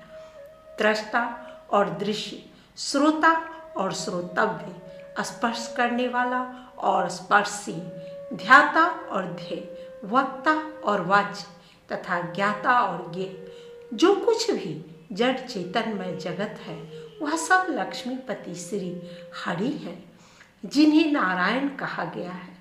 वे सहस्त्रों मस्तक वाले अंतर्यामी पुरुष, सहस्त्रों नेत्रों से युक्त तथा सहस्त्रों चरणों वाले हैं। भूत और वर्तमान सब कुछ नारायण श्री हरि ही है। अन्न से जिसकी उत्पत्ति होती है, उस प्राणी समुदाय तथा अमृत तत्व मोक्ष के भी स्वामी वे ही हैं। वे ही विराट पुरुष हैं। वे अंतर्यामी पुरुष ही श्री विष्णु, वासुदेव, अचित्य, हरि, हिरण्मय, भगवान, अमृत, शाश्वत तथा शिव आदि नामों से पुकारे जाते हैं। वे ही संपूर्ण जगत के पालक और सब लोगों पर शासन करने वाले ईश्वर हैं। वे हिरण्मय अंड को उत्पन्न करने के कारण हिरण्य गर्भ और सबको जन्म देने के कारण सविता है। उनकी महिमा का अंत नहीं है, इसीलिए वे अनंत कहलाते हैं। वे महान ऐश्वर्य से संपन्न होने के कारण महेश्वर है। उन्हीं का नाम भगवान और पुरुष है। वासुदेव शब्द बिना किसी उपाधि के सर्वात्मा का बोधक है। उन्हीं को ईश्वर भगवान विष्णु परमात्मा, संसार के सुहृदय, चराचर प्राणियों के एकमात्र शासक और यतियों की परम गति कहते हैं, जिन्हें वेद के आदि में स्वर कहा गया है, जो वेदांत में भी प्रतिष्ठित हैं तथा जो प्रकृति लीन पुरुष से भी परे हैं, वे ही महेश्वर कहलाते हैं। प्रणव का जो आकार है वह श्री विष्णु ही है, और जो विष्णु है वे ही नारायण हरि है। उन्हीं को नित्य पुरुष, परमात्मा और महेश्वर कहते हैं। मुनियों ने उन्हें ही ईश्वर नाम दिया है। इसीलिए भगवान वासुदेव में उपाधि शून्य ईश्वर शब्द की प्रतिष्ठा है। सनातन वेदवादियों ने उन्हें आत्मेश्वर कहा है। इसलिए वासुदेव में महेश्वरत्व की भी प्रतिष्ठा है। वे त्रिपाद, विभूति और लीला के भी अधीश्वर है। जो श्री भू तथा लीला देवी के स्वामी है, उन्हीं को अच्युत कहा गया है। इसलिए वासुदेव में सर्वेश्वर शब्द की भी प्रतिष्ठा है।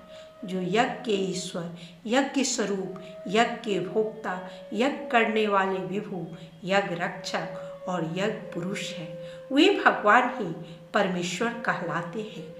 वे ही यज्ञ के अधीश्वर होकर समस्त हव्य कव्यों का भोग लगाते हैं। वे ही इस लोक में अविनाशी श्री हरि एवं ईश्वर कहलाते हैं। उनके निकट आने से समस्त राक्षस, असुर और भूत तत्काल भाग जाते हैं। जो विराट रूप धारण करके अपनी विभूति से तीनों लोगों को तृप्त करते हैं, वे पाप को हरने वाले श्री जनार्दन ही परमेश्वर है। जब पुरुष रूपी हवि के द्वारा देवताओं ने यज्ञ किया, तब उस यज्ञ से नीचे ऊपर दोनों ओर दांत रखने वाले जीव उत्पन्न हुए। शव को होमने वाले उस यज्ञ से ही ऋग्वेद और सामवेद की उत्पत्ति हुई। उसी से घोड़े, गौ और पुरुष आदि उत्पन्न हुए। उस सर्व यज्ञमय पुरुष श्री हरि के शरीर से अस्थावर जंगम रूप समस्त जगत की उत्पत्ति हुई। उनके मुख, बाहु, उरु और चरणों से क्रमशः ब्राह्मण आदि वर्ण उत्पन्न हुए। भगवान के पैरों से पृथ्वी और मस्तक से आकाश का प्रादुर्भाव हुआ। उनके मन से चंद्रमा, नेत्रों से सूर्य, मुख से अग्नि, सिर से धूलोक, प्राण से सदा चलने वाले वायु, नाभि से आकाश तथा संपूर्ण चराचर जगत की उत्पत्ति हुई। सब कुछ श्री विष्णु से ही प्रकट हुआ है, इसलिए वे सर्वव्यापी नारायण सर्वमय कहलाते हैं। इस प्रकार संपूर्ण जगत की सृष्टि करके श्री हरि पुनः उसका संहार करते हैं।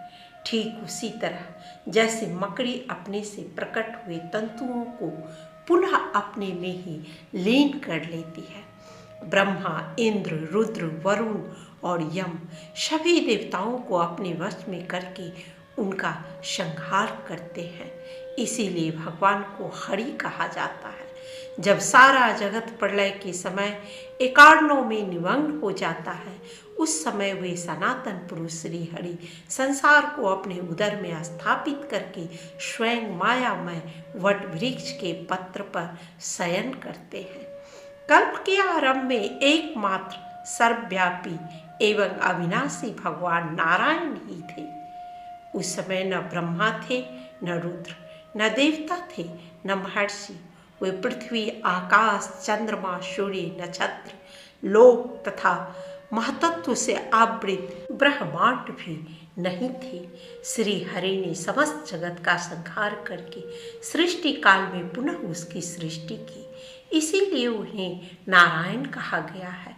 पार्वती नारायणाय इस चतुर्थ्यंत पद से जीव के दास भाव का प्रतिपादन होता है। ब्रह्मा आदि संपूर्ण जगत भगवान का दास ही है। पहले इस अर्थ को समझकर पीछे मंत्र का प्रयोग करना चाहिए। मंत्रार्थ को न जानने से सिद्धि नहीं प्राप्त होती। श्री विष्णु और लक्ष्मी के स्वरूप, गुण, धाम एवं विभूतियों का वर्णन। पार्वती जी बोली, देवेश्वर, आप मंत्रों के अर्थ और पदों की महिमा को विस्तार के साथ बतलाइए। साथ ही ईश्वर के स्वरूप, गुण, विभूति, श्री विष्णु के परम धाम तथा विभ भेदों का भी यथार्थ रूप से वर्णन कीजिए। महादेव जी ने कहा, देवी सुनो, मैं परमात्मा के स्वरूप, विभूति, गुण तथा अवस्थाओं का वर्णन करता हूँ। भगवान के हाथ, पैर और नेत्र संपूर्ण विश्व में व्याप्त है। समस्त भुवन और श्रेष्ठ धाम भगवान में ही स्थित है। वे महर्षियों का मन अपने में स्थिर करके विराजमान है। उनका स्वरूप विशाल एवं व्यापक है। वे लक्ष्मी के पति और पुरुषोत्तम है। उनका लावण्य करोड़ों कामदेवों के समान है। वे नित्य तरुण किशोर विग्रह धारण करके जगदीश्वरी भगवती लक्ष्मी के साथ परम पद वैकुंठ धाम में विराजते हैं। वह परम धाम ही परम व्योम कहलाता है। परम व्योम ऐश्वर्य का उपभोग करने के लिए है और यह संपूर्ण जगत लीला करने के लिए। इस प्रकार भोग भूमि और क्रीड़ा भूमि के रूप में श्री विष्णु की दो विभूतियां स्थित हैं। जब वे लीला का उपसंहार करते हैं, तब भोग भूमि में उनकी नित्य स्थिति होती है। भोग और लीला दोनों को वे अपनी शक्ति से ही धारण करते हैं। भोग भूमि या परम धाम त्रिपाद विभूति से व्याप्त है।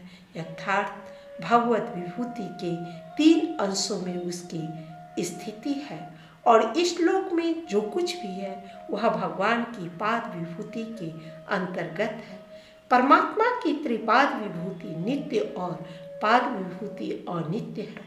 परम धाम में भगवान का जो शुभ विग्रह विराजमान है वह नित्य है, वह कभी अपनी महिमा से च्युत नहीं होता, उसे सनातन एवं दिव्य माना गया है।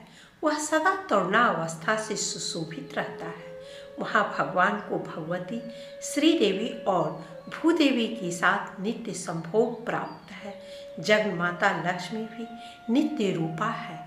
वे श्री विष्णु से कभी पृथक नहीं होती। जैसे भगवान विष्णु सर्वत्र व्याप्त है, उसी प्रकार भगवती लक्ष्मी भी है। पार्वती श्री विष्णु पत्नी रमा संपूर्ण जगत की अधीश्वरी और नित्य कल्याणमयी है। उनके भी हाथ, पैर, नेत्र, मस्तक और मुख सब ओर व्याप्त है। वे भगवान नारायण की शक्ति, संपूर्ण जगत की माता और सबको आश्रय प्रदान करने वाली है। अस्थावर जंगल रूप सारा जगत उनके कृपा कटाक्ष पर ही निर्भर है। विश्व का पालन और संहार उनके नेत्रों के खुलने और बंद होने से ही हुआ करते हैं। वे महालक्ष्मी सबकी आदिभूता, त्रिगुणमयी और परमेश्वरी है। व्यक्त और अव्यक्त भेद से उनके दो रूप हैं। वे उन दोनों रूपों से संपूर्ण विश्व को व्याप्त करके स्थित है। जल आदि रस के रूप से वे ही लीलामय देह धारण करके प्रकट होती है। लक्ष्मी रूप में आकर वे धन प्रदान करने की अधिकारिणी होती है। ऐसे स्वरूप पाली लक्ष्मी देवी श्री हरि के आश्रय में रहती है। संपूर्ण वेद और उनके द्वारा जानने योग्य जितनी वस्तुएं हैं वे सब श्री लक्ष्मी के ही स्वरूप है। स्त्री रूप में जो कुछ भी उपलब्ध होता है वह सब लक्ष्मी का ही विग्रह कहलाता है। स्त्रियों में जो सौंदर्य, शील, सदाचार और सौभाग्य स्थित है वह सब लक्ष्मी का ही रूप है।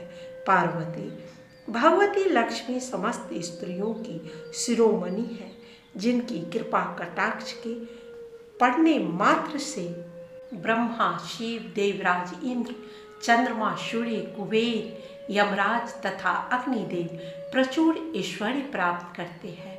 उनके नाम इस प्रकार है: लक्ष्मी, श्री, कमला, विद्या, माता, विष्णुप्रिया, सती, पद्मलया, पद्महस्ता, पद्माक्षी, पद्म सुंदरी, भूतेश्वरी, नित्या, सत्या, सर्वगता, शुभा, विष्णु पत्नी, महादेवी, क्षीरोदतन्या, रमा, अनंत लोकनाभि, भू, लीला, सर्व सुख प्रदा, रुक्मिणी, सर्ववेदवती, सरस्वती, गौरी, शांति, स्वाहा, स्वधा, रति, नारायण वरारोहा तथा विष्णुर नित्यानुपायिनी, जो प्रातः काल उठकर इन संपूर्ण नामों का पाठ करता है उसे बहुत बड़ी संपत्ति तथा विशुद्ध धन्य धान्य की प्राप्ति होती है।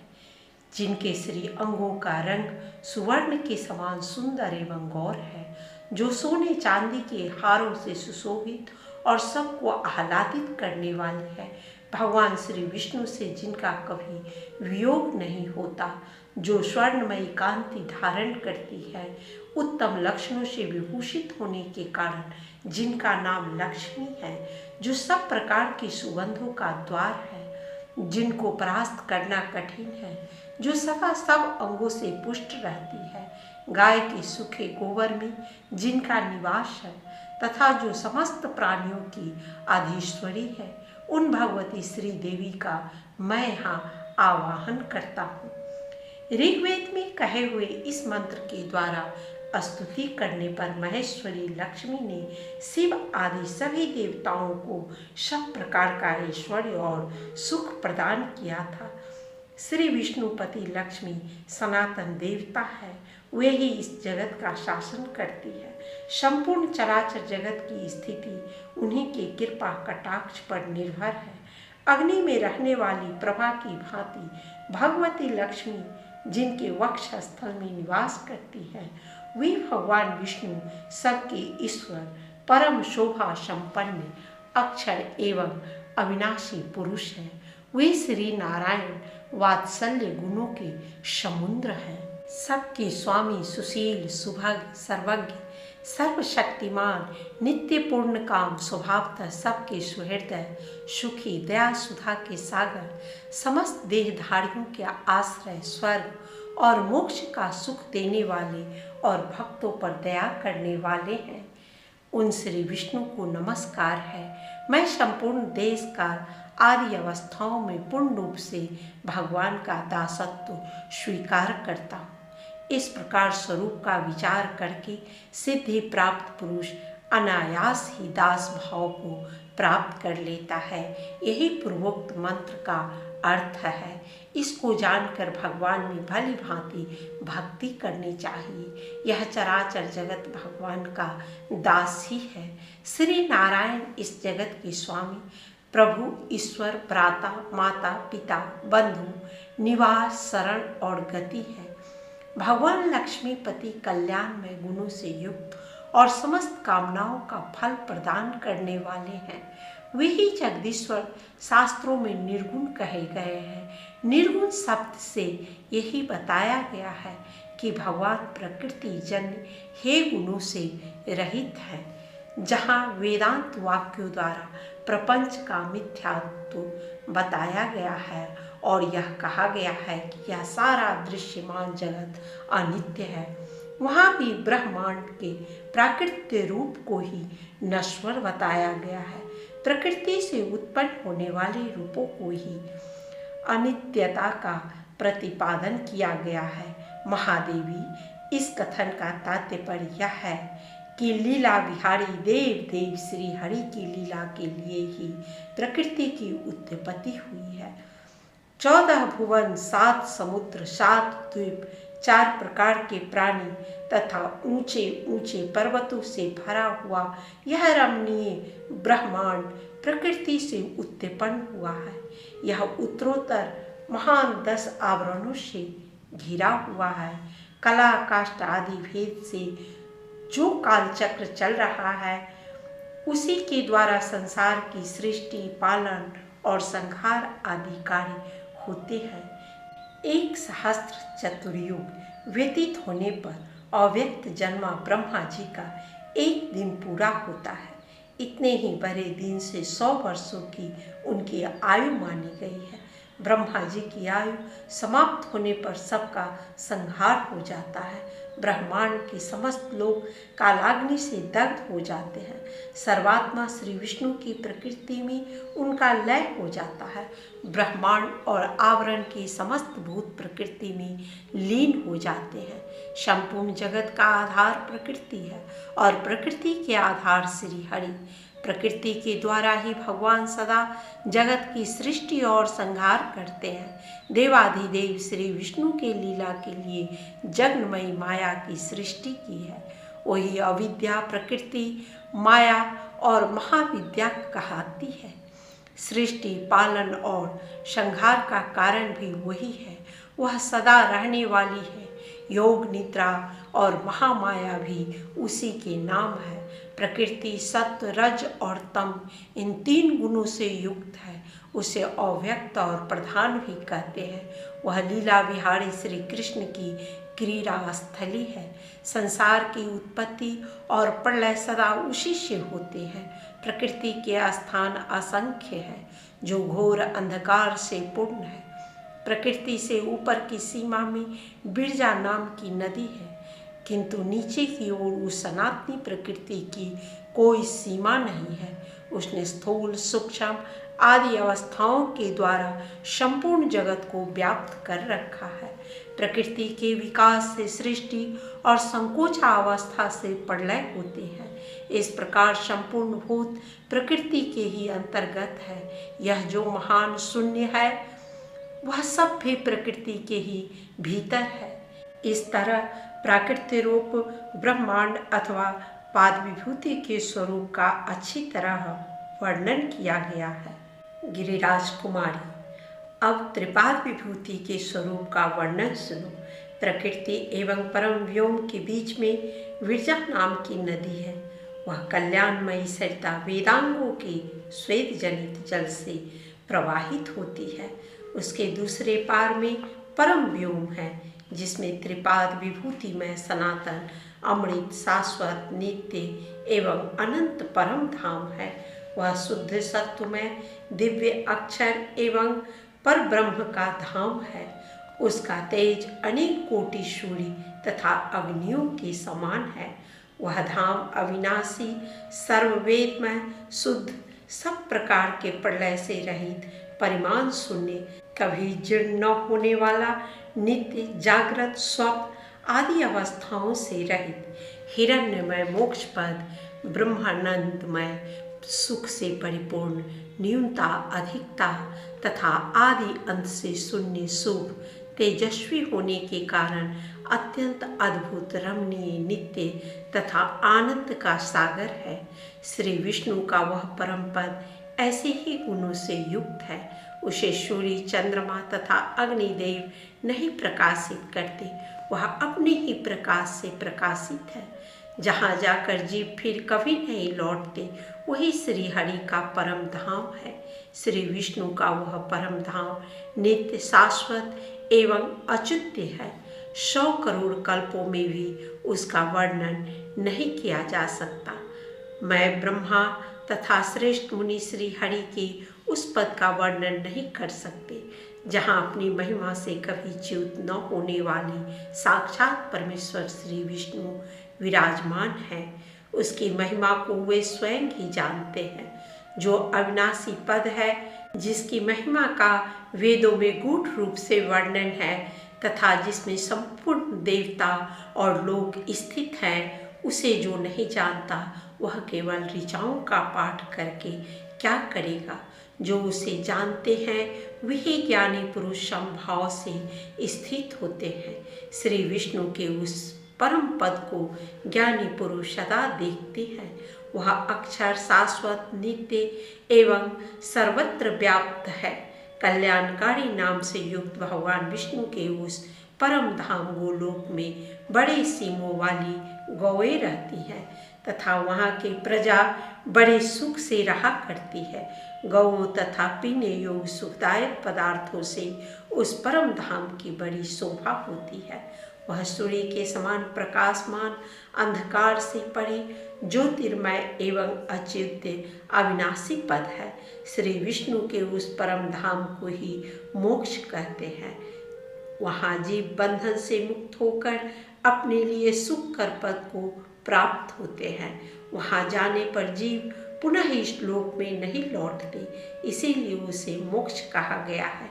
मोक्ष परम पद अमृत विष्णु मंदिर अक्षर परम धाम वैकुंठ शाश्वत पद नित्य धाम परम व्योम सर्वोत्कृष्ट पद तथा सनातन पद, ये अविनाशी परम धाम की पर्यायवाची शब्द है। अब उस त्रिपाद विभूति के स्वरूप का वर्णन करूँगा। वैकुंठ धाम में भगवान की स्थिति का वर्णन योग माया द्वारा भगवान की स्तुति तथा भगवान के द्वारा सृष्टि रचना। श्री महादेव जी कहते हैं, पार्वती त्रिपाद विभूति के असंख्य लोक बतलाए गए हैं। वे सब के सब शुद्ध सत्मय ब्रह्मानंदमय सुख से परिपूर्ण नित्य निर्विकार हे गुणों से रहित हिरण्यमय शुद्ध कोटि सूर्यों के समान प्रकाशमान वेदमय दिव्य तथा काम क्रोध आदि से रहित है। भगवान नारायण के चरण कमलों की भक्ति में ही रस लेने वाले पुरुष उनमें निवास करते हैं। वहाँ निरंतर सामगान की सुखदायिनी ध्वनि होती रहती है। वे सभी लोग उपनिषद स्वरूप वेदमय तेज से युक्त तथा वेद स्वरूप स्त्री पुरुषों से भरे हैं। वेद के ही रस से भरे हुए सरोवर उनकी शोभा बढ़ाते हैं। श्रुति स्मृति और पुराण आदि भी उन लोगों के स्वरूप है। उनमें दिव्य वृक्ष भी सुशोभित होते हैं। उनके विश्वविख्यात स्वरूप का पूरा पूरा वर्णन मुझसे नहीं हो सकता। विरजा और परम व्योम के बीच का जो स्थान है उसका नाम केवल है। वही अव्यक्त ब्रह्मा के उपासकों के उपभोग में आता है। वह आत्मानंद का सुख प्रदान करने वाला है। उस स्थान को केवल परम पद, निःश्रेष्ठ, निर्वाण, कैवल्य और मोक्ष कहते हैं। जो महात्मा भगवान लक्ष्मीपति के चरणों की भक्ति और सेवा के रस का उपभोग करके पुष्ट हुए हैं, वे महान सौभाग्यशाली भगवत चरण सेवक पुरुष श्री विष्णु के परम धाम में जाते हैं। जो ब्रह्मानंद प्रदान करने वाले हैं, उसका नाम है वैकुंठ धाम। वहाँ अनेक जनपदों से व्याप्त है। श्री हरि उसी में निवास करते हैं। वह रत्नमय प्रकारों, विमानों तथा मनमय मालों से सुशोभित है। उस धाम के मध्य भाग में दिव्य नगरी है जो अयोध्या कहलाती है तथा जो 4 दीवारों और ऊंचे दरवाजों से घिरी है। उनमें मणियों तथा सुवर्णों के चित्र बने हैं। उस अयोध्यापुरी के 4 दरवाजे हैं तथा ऊंचे ऊंचे गोपुर उसकी शोभा बढ़ाते हैं। चंड आदि द्वारपाल और कुमुद आदि दिक्पाल उसकी रक्षा में रहते हैं। पूर्व के दरवाजे पर चंड और प्रचंड, दक्षिण द्वार पर भद्र और सुभद्र, पश्चिम द्वार पर जय और विजय तथा उत्तर के दरवाजे पर धाता और विधाता नामक द्वारपाल रहते हैं। कुमुद, कुमुदाक्ष, पुंडरीक, वामन, शंकुकर्ण, सर्वनेत्र, सुमुखी और सुप्रतिष्ठित ये उस नगरी के दिक्पाल बताए गए हैं। पार्वती उस पुरी में कोटि कोटि अग्नि के समान तेजोमय गृहों की पंक्तियां शोभा पाती है। उनमें तरुण अवस्था वाले दिव्य नर नारी निवास करते हैं। पुरी के मध्य भाग में भगवान का मनोहर अंतःपुर है जो मणियों के प्रकार से युक्त और सुंदर गोपुर से सुशोभित है। उसमें भी अनेक अच्छे अच्छे गृह, विमान और प्रसाद हैं। दिव्य अप्सराएं और स्त्रियां सब ओर से उस अंतःपुर की शोभा बढ़ाती है। उसके बीच में एक दिव्य मंडप है जो राजा का खास स्थान है। उसमें बड़े बड़े उत्सव होते रहते हैं। वह मंडप रत्नों का बना है तथा उसमें मानिक के हजारों खंभे लगे हैं। वह दिव्य मोतियों से व्याप्त है तथा शामगान से सुशोभित रहता है। मंडप के मध्य भाग में एक रमणीय सिंहासन है जो सर्व वेद स्वरूप और शुभ है। वेदमय धर्मादि देवता उस सिंहासन को सदा घेरे रहते हैं। धर्म, ज्ञान, ऐश्वर्य और वैराग्य तथा ऋग्वेद, यजुर्वेद, सामवेद तथा अथर्ववेद भी मूर्तिवान होकर उस सिंहासन के चारों ओर खड़े रहते हैं। शक्ति, आधार शक्ति, चित्त शक्ति, सदा शिवा शक्ति और धर्मादि देवताओं की शक्तियां भी वहाँ उपस्थित रहती है। सिंहासन के मध्य भाग में अग्नि, सूर्य और चंद्रमा निवास करते हैं।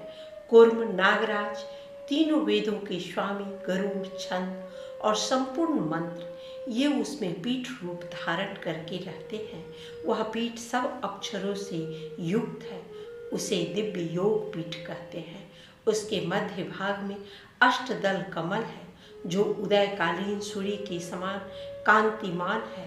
उसके बीच में सावित्री नाम की कर्णिका है जिसमें देवताओं के स्वामी परम पुरुष भगवान विष्णु भगवती लक्ष्मी जी के साथ विराजमान होते हैं।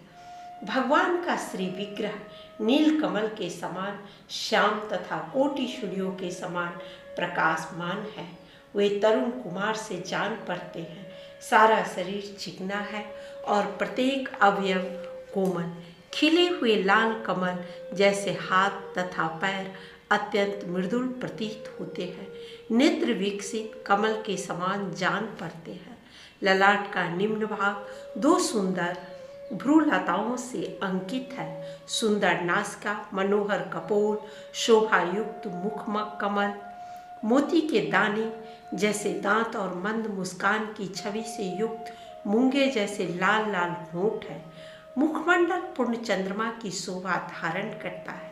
कमल जैसे मुख पर मनोहर हास्य की छटा छाई रहती है। कानों में तरुण सूर्य की भांति चमकीले कुंडल उनकी शोभा बढ़ाते हैं। मस्तक चिकनी, काली और घुंघराली अलकों से सुशोभित है। भगवान के बाल गुथे हुए हैं, जिनमें पारिजात और मंदार के पुष्प शोभा पाते हैं। गले में कौस्तुभ मणि शोभा दे रही है, जो प्रातःकाल उगते हुए सूर्य की कांति धारण करती है। भांति भांति के हार और सुवर्ण की मालाओं से शंख जैसी गिरवा बड़ी सुंदर जान पड़ती है। सिंह के कंधों के समान ऊंचे और मोटे कंधे शोभा दे रहे हैं। मोटी और गोलाकार चार भुजाओं से भगवान का श्रीअंग बड़ा सुंदर जान पड़ता है। सब में अंगूठी, कड़े और भुजबंद है, जो शोभा वृद्धि के कारण हो रहे हैं। उनका विशाल वक्ष स्थल करोड़ों बाल सूर्यों के समान तेजोमय कौस्तुभ आदि सुंदर आभूषणों से देदीप्यमान है। वे वनमाला से विभूषित है। नाभिका वह कमल जो ब्रह्मा जी की जन्मभूमि है, श्री अंगों की शोभा बढ़ा रहा है। शरीर पर मुलायम पीतांबर सुशोभित है, जो बाल रवि की प्रभा के समान जान पड़ता है। दोनों चरणों में सुंदर कड़े विराज रहे हैं, जो नाना प्रकार के रत्नों से जड़े होने के कारण अत्यंत विचित्र प्रतीत होते हैं। नखों की श्रेणियां चांदनी युक्त चंद्रमा के समान उद्भासित हो रही है। भगवान का लावण्य कोटि कोटि कंदर्पों का दर्प दलन करने वाला है। वे सौंदर्यों की निधि और अपनी महिमा से कभी च्युत न होने वाले हैं। उनके सर्वांग में दिव्य चंदन का अनुलेप किया हुआ है। वे दिव्य मालाओं से विभूषित है। उनके ऊपर की दोनों भुजाओं में शंख और चक्र है, तथा नीचे की भुजाओं में वरद और अभय की मुद्राएं हैं। भगवान के वामांक में महेश्वरी भगवती महालक्ष्मी विराजमान है। उनका श्रीअंग सुवर्ण के समान कांतिमान तथा गौर है। सोने और चांदी के हार उनकी शोभा बढ़ाते हैं। वे समस्त शुभ लक्षणों से संपन्न हैं। उनकी अवस्था ऐसी है मानो शरीर में यौवन का आरंभ हो रहा है। कानों में रत्नों के कुंडल और मस्तक पर काली काली घुंघराली अलके शोभा पाती है। दिव्य चंदन से चर्चित अंगों का दिव्य पुष्पों से श्रृंगार हुआ है। केसों में मंदार, केतकी और चमेली के फूल गुथे हुए हैं। सुंदर भौएं, मनोहर नासिका और सुखायमान कटी भाग है। पूर्ण चंद्रमा के समान मनोहर मुख, कमल पर मंद मुस्कान की छटा छा रही है। बाल रवि के समान चमकीले कुंडल कानों की शोभा बढ़ा रहे हैं। तपाए हुए स्वर्ण के समान शरीर की कांति और आभूषण है। 4 हाथ है, जो स्वर्ण में कमलों से विभूषित है। भांति भांति के विचित्र रत्नों से युक्त सुवर्ण में कमलों की माला, हार, केऊर, करे और अंगूठियों से श्रीदेवी सुशोभित है।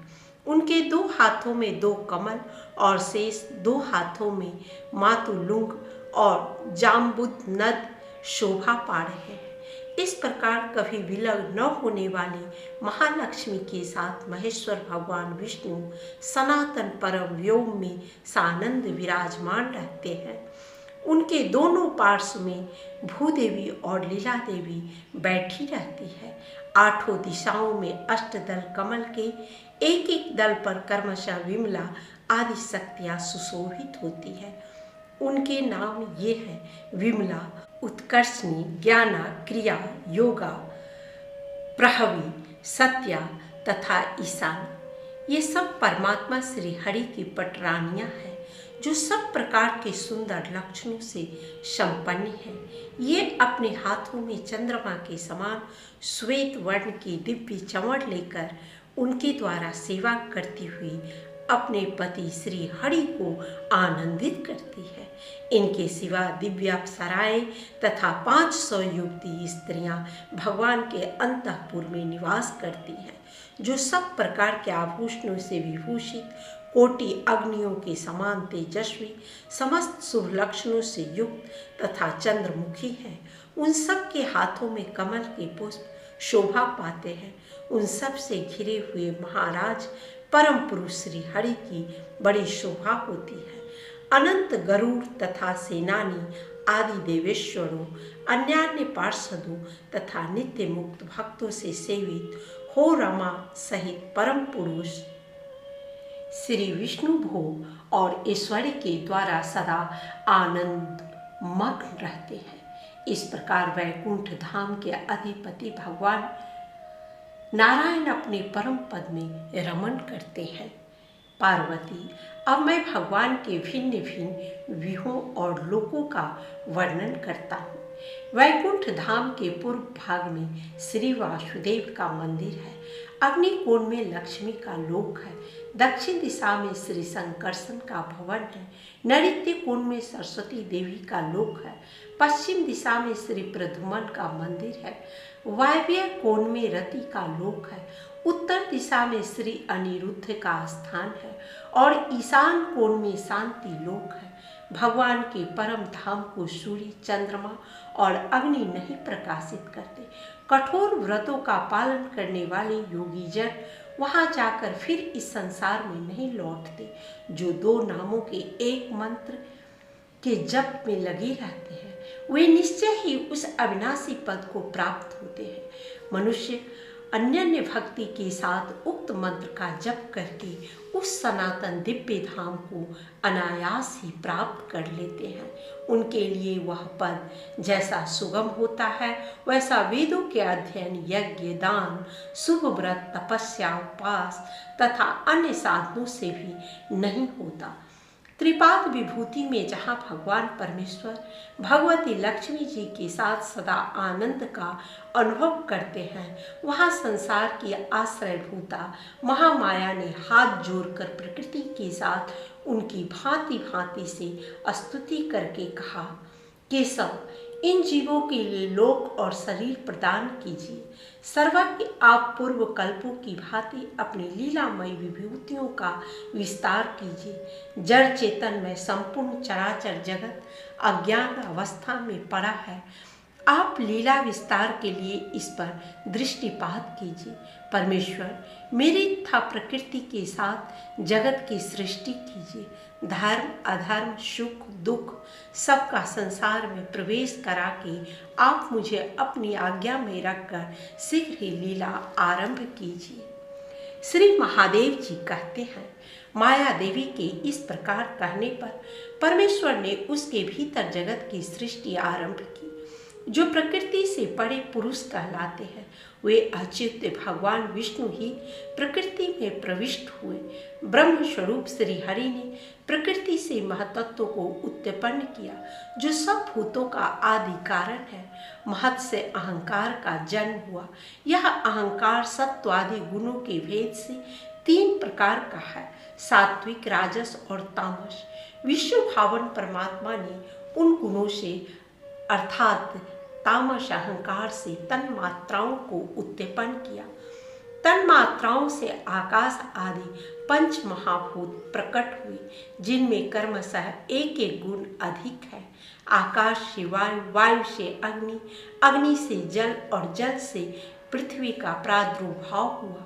शब्द, स्पर्श, रूप, रस और गंध ये ही क्रमशः आकाश आदि पंचभूतों के प्रधान गुण हैं। महाप्रभु श्री हरि ने उत्तरोत्तर भूतों में अधिक गुण देख उन सबको लेकर एक में मिला दिया तथा सबके मेल से महान विश्व ब्रह्मांड की सृष्टि की। उसी में पुरुषोत्तम ने 14 भुवन तथा ब्रह्मादि देवताओं को उत्पन्न किया। पार्वती, दैव, त्रियक, मानव और स्थावर यह 4 प्रकार का महासर्ग रचा गया। इन चारों सर्गों अथवा योनियों में जीव अपने अपने कर्मों के अनुसार जन्म लेते हैं। देव सर्ग तथा भगवान के चतुर्व्यूह का वर्णन। पार्वती जी ने कहा, भगवान परम उत्तम देव सर्ग का विस्तार के साथ वर्णन कीजिए। साथ ही भगवान के अवतारों की कथा भी विस्तृत रूप से कहें। श्री महादेव जी बोले, देवी, सृष्टि की इच्छा रखने वाले भगवान मधुसूदन ने योग निद्रा को प्राप्त होकर माया के साथ चिरकाल तक रमण किया। उससे कालात्मा को जन्म दिया जो कला, काष्ठ, मुहूर्त, पक्ष और मास आदि के रूप में उपलब्ध होता है। उस समय श्री हरि का नाभि कमल जो संपूर्ण जगत का बीज और परम तेजस्वी था, मुगलाकार हो विकसित होने लगा। उसी से परम बुद्धिमान ब्रह्मा जी प्रकट हुए। उनके मन में रजोगुण की प्रेरणा से सृष्टि की इच्छा उत्पन्न हुई। तब उन्होंने योग निद्रा में सोए हुए परमेश्वर का स्तवन किया। ब्रह्मा जी के स्तवन करने पर समस्त इंद्रियों के स्वामी परमेश्वर श्री विष्णु योग निद्रा से उठ गए। योग निद्रा को काबू में करके उन्होंने जगत की सृष्टि आरंभ की। जगत के स्वामी श्री अच्युत ने पहले एक क्षण तक कुछ विचार किया। विचार के पश्चात उन्होंने संपूर्ण जगत की सृष्टि की। उस समय सब लोकों से युक्त सुवर्णमय अंड को, 7 द्वीप, 7 समुद्र और पर्वतों सहित पृथ्वी को तथा एक अंड कटाह को भी भगवान ने अपने नाभि कमल से उत्पन्न किया। तत्पश्चात उस अंड में श्री हरि स्वयं ही स्थित हुए। तदनंतर नारायण ने अपने मन से इच्छा अनुसार ध्यान किया। ध्यान के अंत में उनके ललाट से पसीने की बूंद प्रकट हुई। वह बूंद बुदबुदे के आकार में परिणत हो तत्क्षण पृथ्वी पर गिर पड़ी। पार्वती, उसी बुदबुदे से मैं उत्पन्न हूँ। उस समय रुद्राक्ष की माला और त्रिशूल हाथ में लेकर जटामय मुकुट से अलंकृत हो मैंने विनय पूर्वक देवेश्वर श्री विष्णु से पूछा, मेरे लिए क्या आज्ञा है? तब भगवान नारायण ने प्रसन्नता पूर्वक मुझसे कहा, रुद्र, तुम संसार का भयंकर संहार करने वाले होगे।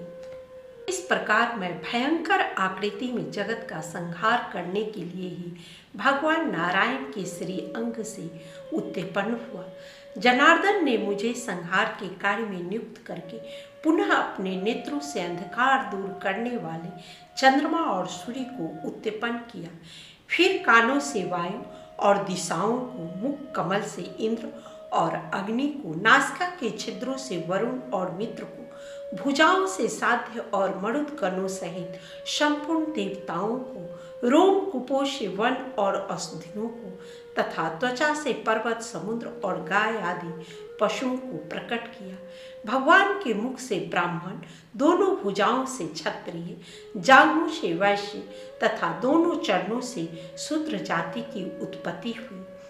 इस प्रकार संपूर्ण जगत की सृष्टि करके देवेश्वर श्री कृष्ण ने उसे अचेतन रूप में स्थित देख स्वयं ही विश्व रूप से उसके भीतर प्रवेश किया।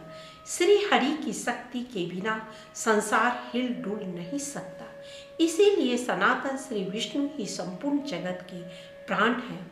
वे ही अव्यक्त रूप में स्थित होने पर परमात्मा कहलाते हैं। वे षड्विध ऐश्वर्य से परिपूर्ण सनातन वासुदेव हैं। वे अपने 3 गुणों से 4 स्वरूपों में स्थित होकर जगत की सृष्टि करते हैं। प्रधुवन रूपधारी भगवान सब ऐश्वर्यों से युक्त है। वे ब्रह्मा, प्रजापति, काल तथा जीव सबके अंतर्यामी होकर सृष्टि का कार्य भली भांति सिद्ध करते हैं। महात्मा वासुदेव ने उन्हें इतिहास सहित संपूर्ण वेदों का ज्ञान प्रदान किया है। लोक पितामह ब्रह्मा जी प्रधुमन के ही अंश भागी हैं। वे संसार की सृष्टि और पालन भी करते हैं। भगवान अनिरुद्ध शक्ति और तेज से संपन्न हैं। वे मनु, राजाओं, काल तथा जीव के अंतर्यामी होकर सबका पालन करते हैं। संकर्षण महाविष्णु रूप है। उनमें विद्या और बल दोनों है। वे संपूर्ण भूतों के काल, रुद्र और यम के अंतर्यामी होकर जगत का संहार करते हैं। मत्स्य, कुरु, वराह, नृसिंह, वामन, परशुराम, श्री राम, श्री कृष्ण, बुद्ध और कली, ये 10 भगवान विष्णु के अवतार हैं। पार्वती, श्री हरि की उस अवस्था का वर्णन सुनो। परम श्रेष्ठ वैकुंठ लोक, विष्णु लोक, श्वेत द्वीप और क्षीर सागर, ये 4 व्यूह महर्षियों द्वारा बताए गए हैं। वैकुंठ लोक जल के घेरे में है। वह कारण रूप और शुभ है। उसका तेज कोटि अग्नियों के समान उद्दीप्त रहता है। वह संपूर्ण धर्मों से युक्त और अविनाशी है। परम धाम का जैसा लक्षण बताया गया है वैसा ही उसका भी है। नाना प्रकार के रत्नों से उद्भासित वैकुंठ उपनगर चंड आदि द्वारपालों और कुमुद आदि दिक्पालों से सुरक्षित है। भांति भांति की मणियों से बने हुए दिव्य गृहों की पंक्तियों से वह नगर घिरा हुआ है। उसकी चौड़ाई 55 योजन तथा लंबाई 1000 योजन है। करोड़ों ऊंचे ऊंचे महल उसकी शोभा बढ़ाते हैं।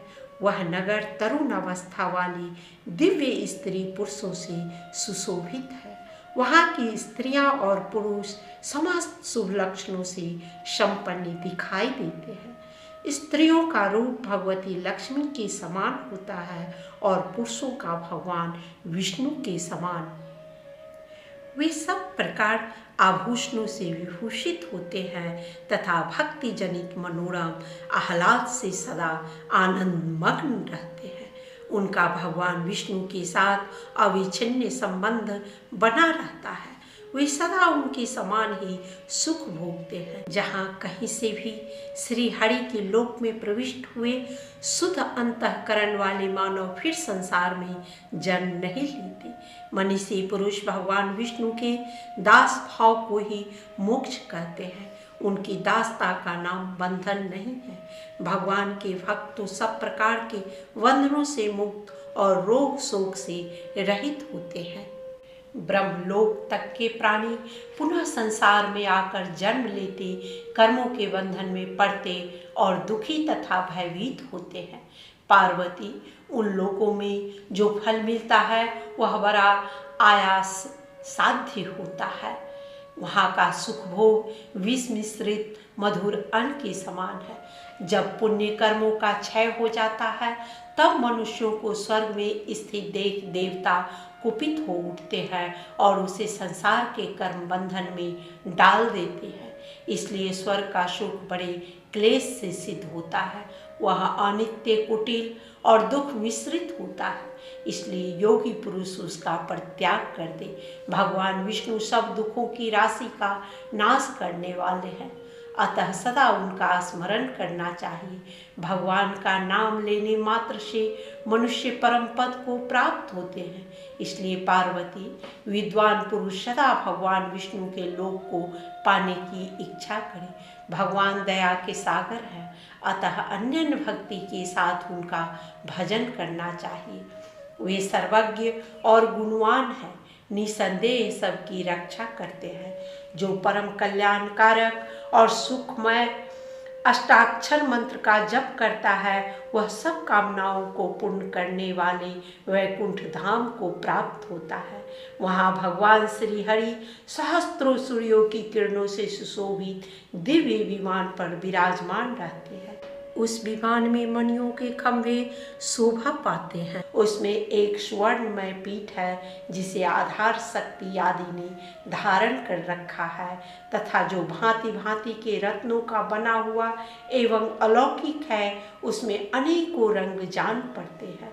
पीठ पर अष्टदल कमल है जिस पर मंत्रों के अक्षर और पद अंकित है। उसके सुरमय कर्णिका में लक्ष्मी बीज का शुभाक्षर अंकित है। उसमें कमल के आसन पर दिव्य विग्रह भगवान श्री नारायण विराजमान है जो अरबों खरबों वाल सूर्यों के समान कांति धारण करते हैं। उनके दाहिने पार्श्व में स्वर्ण के समान कांतिमती जगन्माता श्री लक्ष्मी विराजती है जो समस्त शुभ लक्षणों से संपन्न और दिव्य मालाओं से सुशोभित है। उनके हाथों में स्वर्ण पात्र, मातुलुंग और स्वर्णमय कमल शोभा पाते हैं। भगवान के वाम भाग में भूदेवी विराजमान है जिनकी कांति नील कमल दल के समान श्याम है। वे नाना प्रकार के आभूषणों और विचित्र वस्तु से विभूषित है। उनके ऊपर के हाथों में 2 लाल कमल है और नीचे के 2 हाथों में उन्होंने 2 धान्य पात्र धारण कर रखे हैं। बिमला आदि शक्तियाँ दिव्य चमड़ लेकर कमल के 8 दलों में स्थित हो भगवान की सेवा करती है। वे सभी समस्त शुभ लक्षणों से संपन्न हैं। भगवान श्री हरि उन सब के बीच में विराजते हैं। उनके हाथों में शंख, चक्र, गदा और पद्म शोभा पाते हैं। भगवान केयूर, अंगद और हार आदि दिव्य आभूषणों से विभूषित है। उनके कानों में उदयकालीन सूर्य के समान तेजोमय कुंडल झिलमिला रहे हैं। पूर्वोक्त देवता उन परमेश्वर की सेवा में सदा संलग्न रहते हैं। इस प्रकार नित्य वैकुंठ धाम में भगवान सब भोगों से संपन्न हो नित्य विराजमान रहते हैं। वह परम रमणीय लोग अष्टाक्षर मंत्र का जप करने वाले सिद्ध मनीषी पुरुषों तथा श्री विष्णु भक्तों को प्राप्त होता है। पार्वती, इस प्रकार मैंने तुमसे प्रथम व्यूह का वर्णन किया। इसी प्रकार वैष्णव लोग श्वेत द्वीप और क्षीर सागर निवासी द्वितीय, तृतीय और चतुर्थ व्यूह का वर्णन करके श्री शिव जी ने कहा, पार्वती अब और क्या सुनना चाहती हो? देवी, भगवान पुरुषोत्तम में तुम्हारी भक्ति है, इसीलिए तुम धन्य और कृतार्थ हो। आज का ये एपिसोड यहीं समाप्त होता है। मिलते हैं फिर अगले एपिसोड में। महादेव की कृपा आप सबों पर बनी रहे। हर हर महादेव।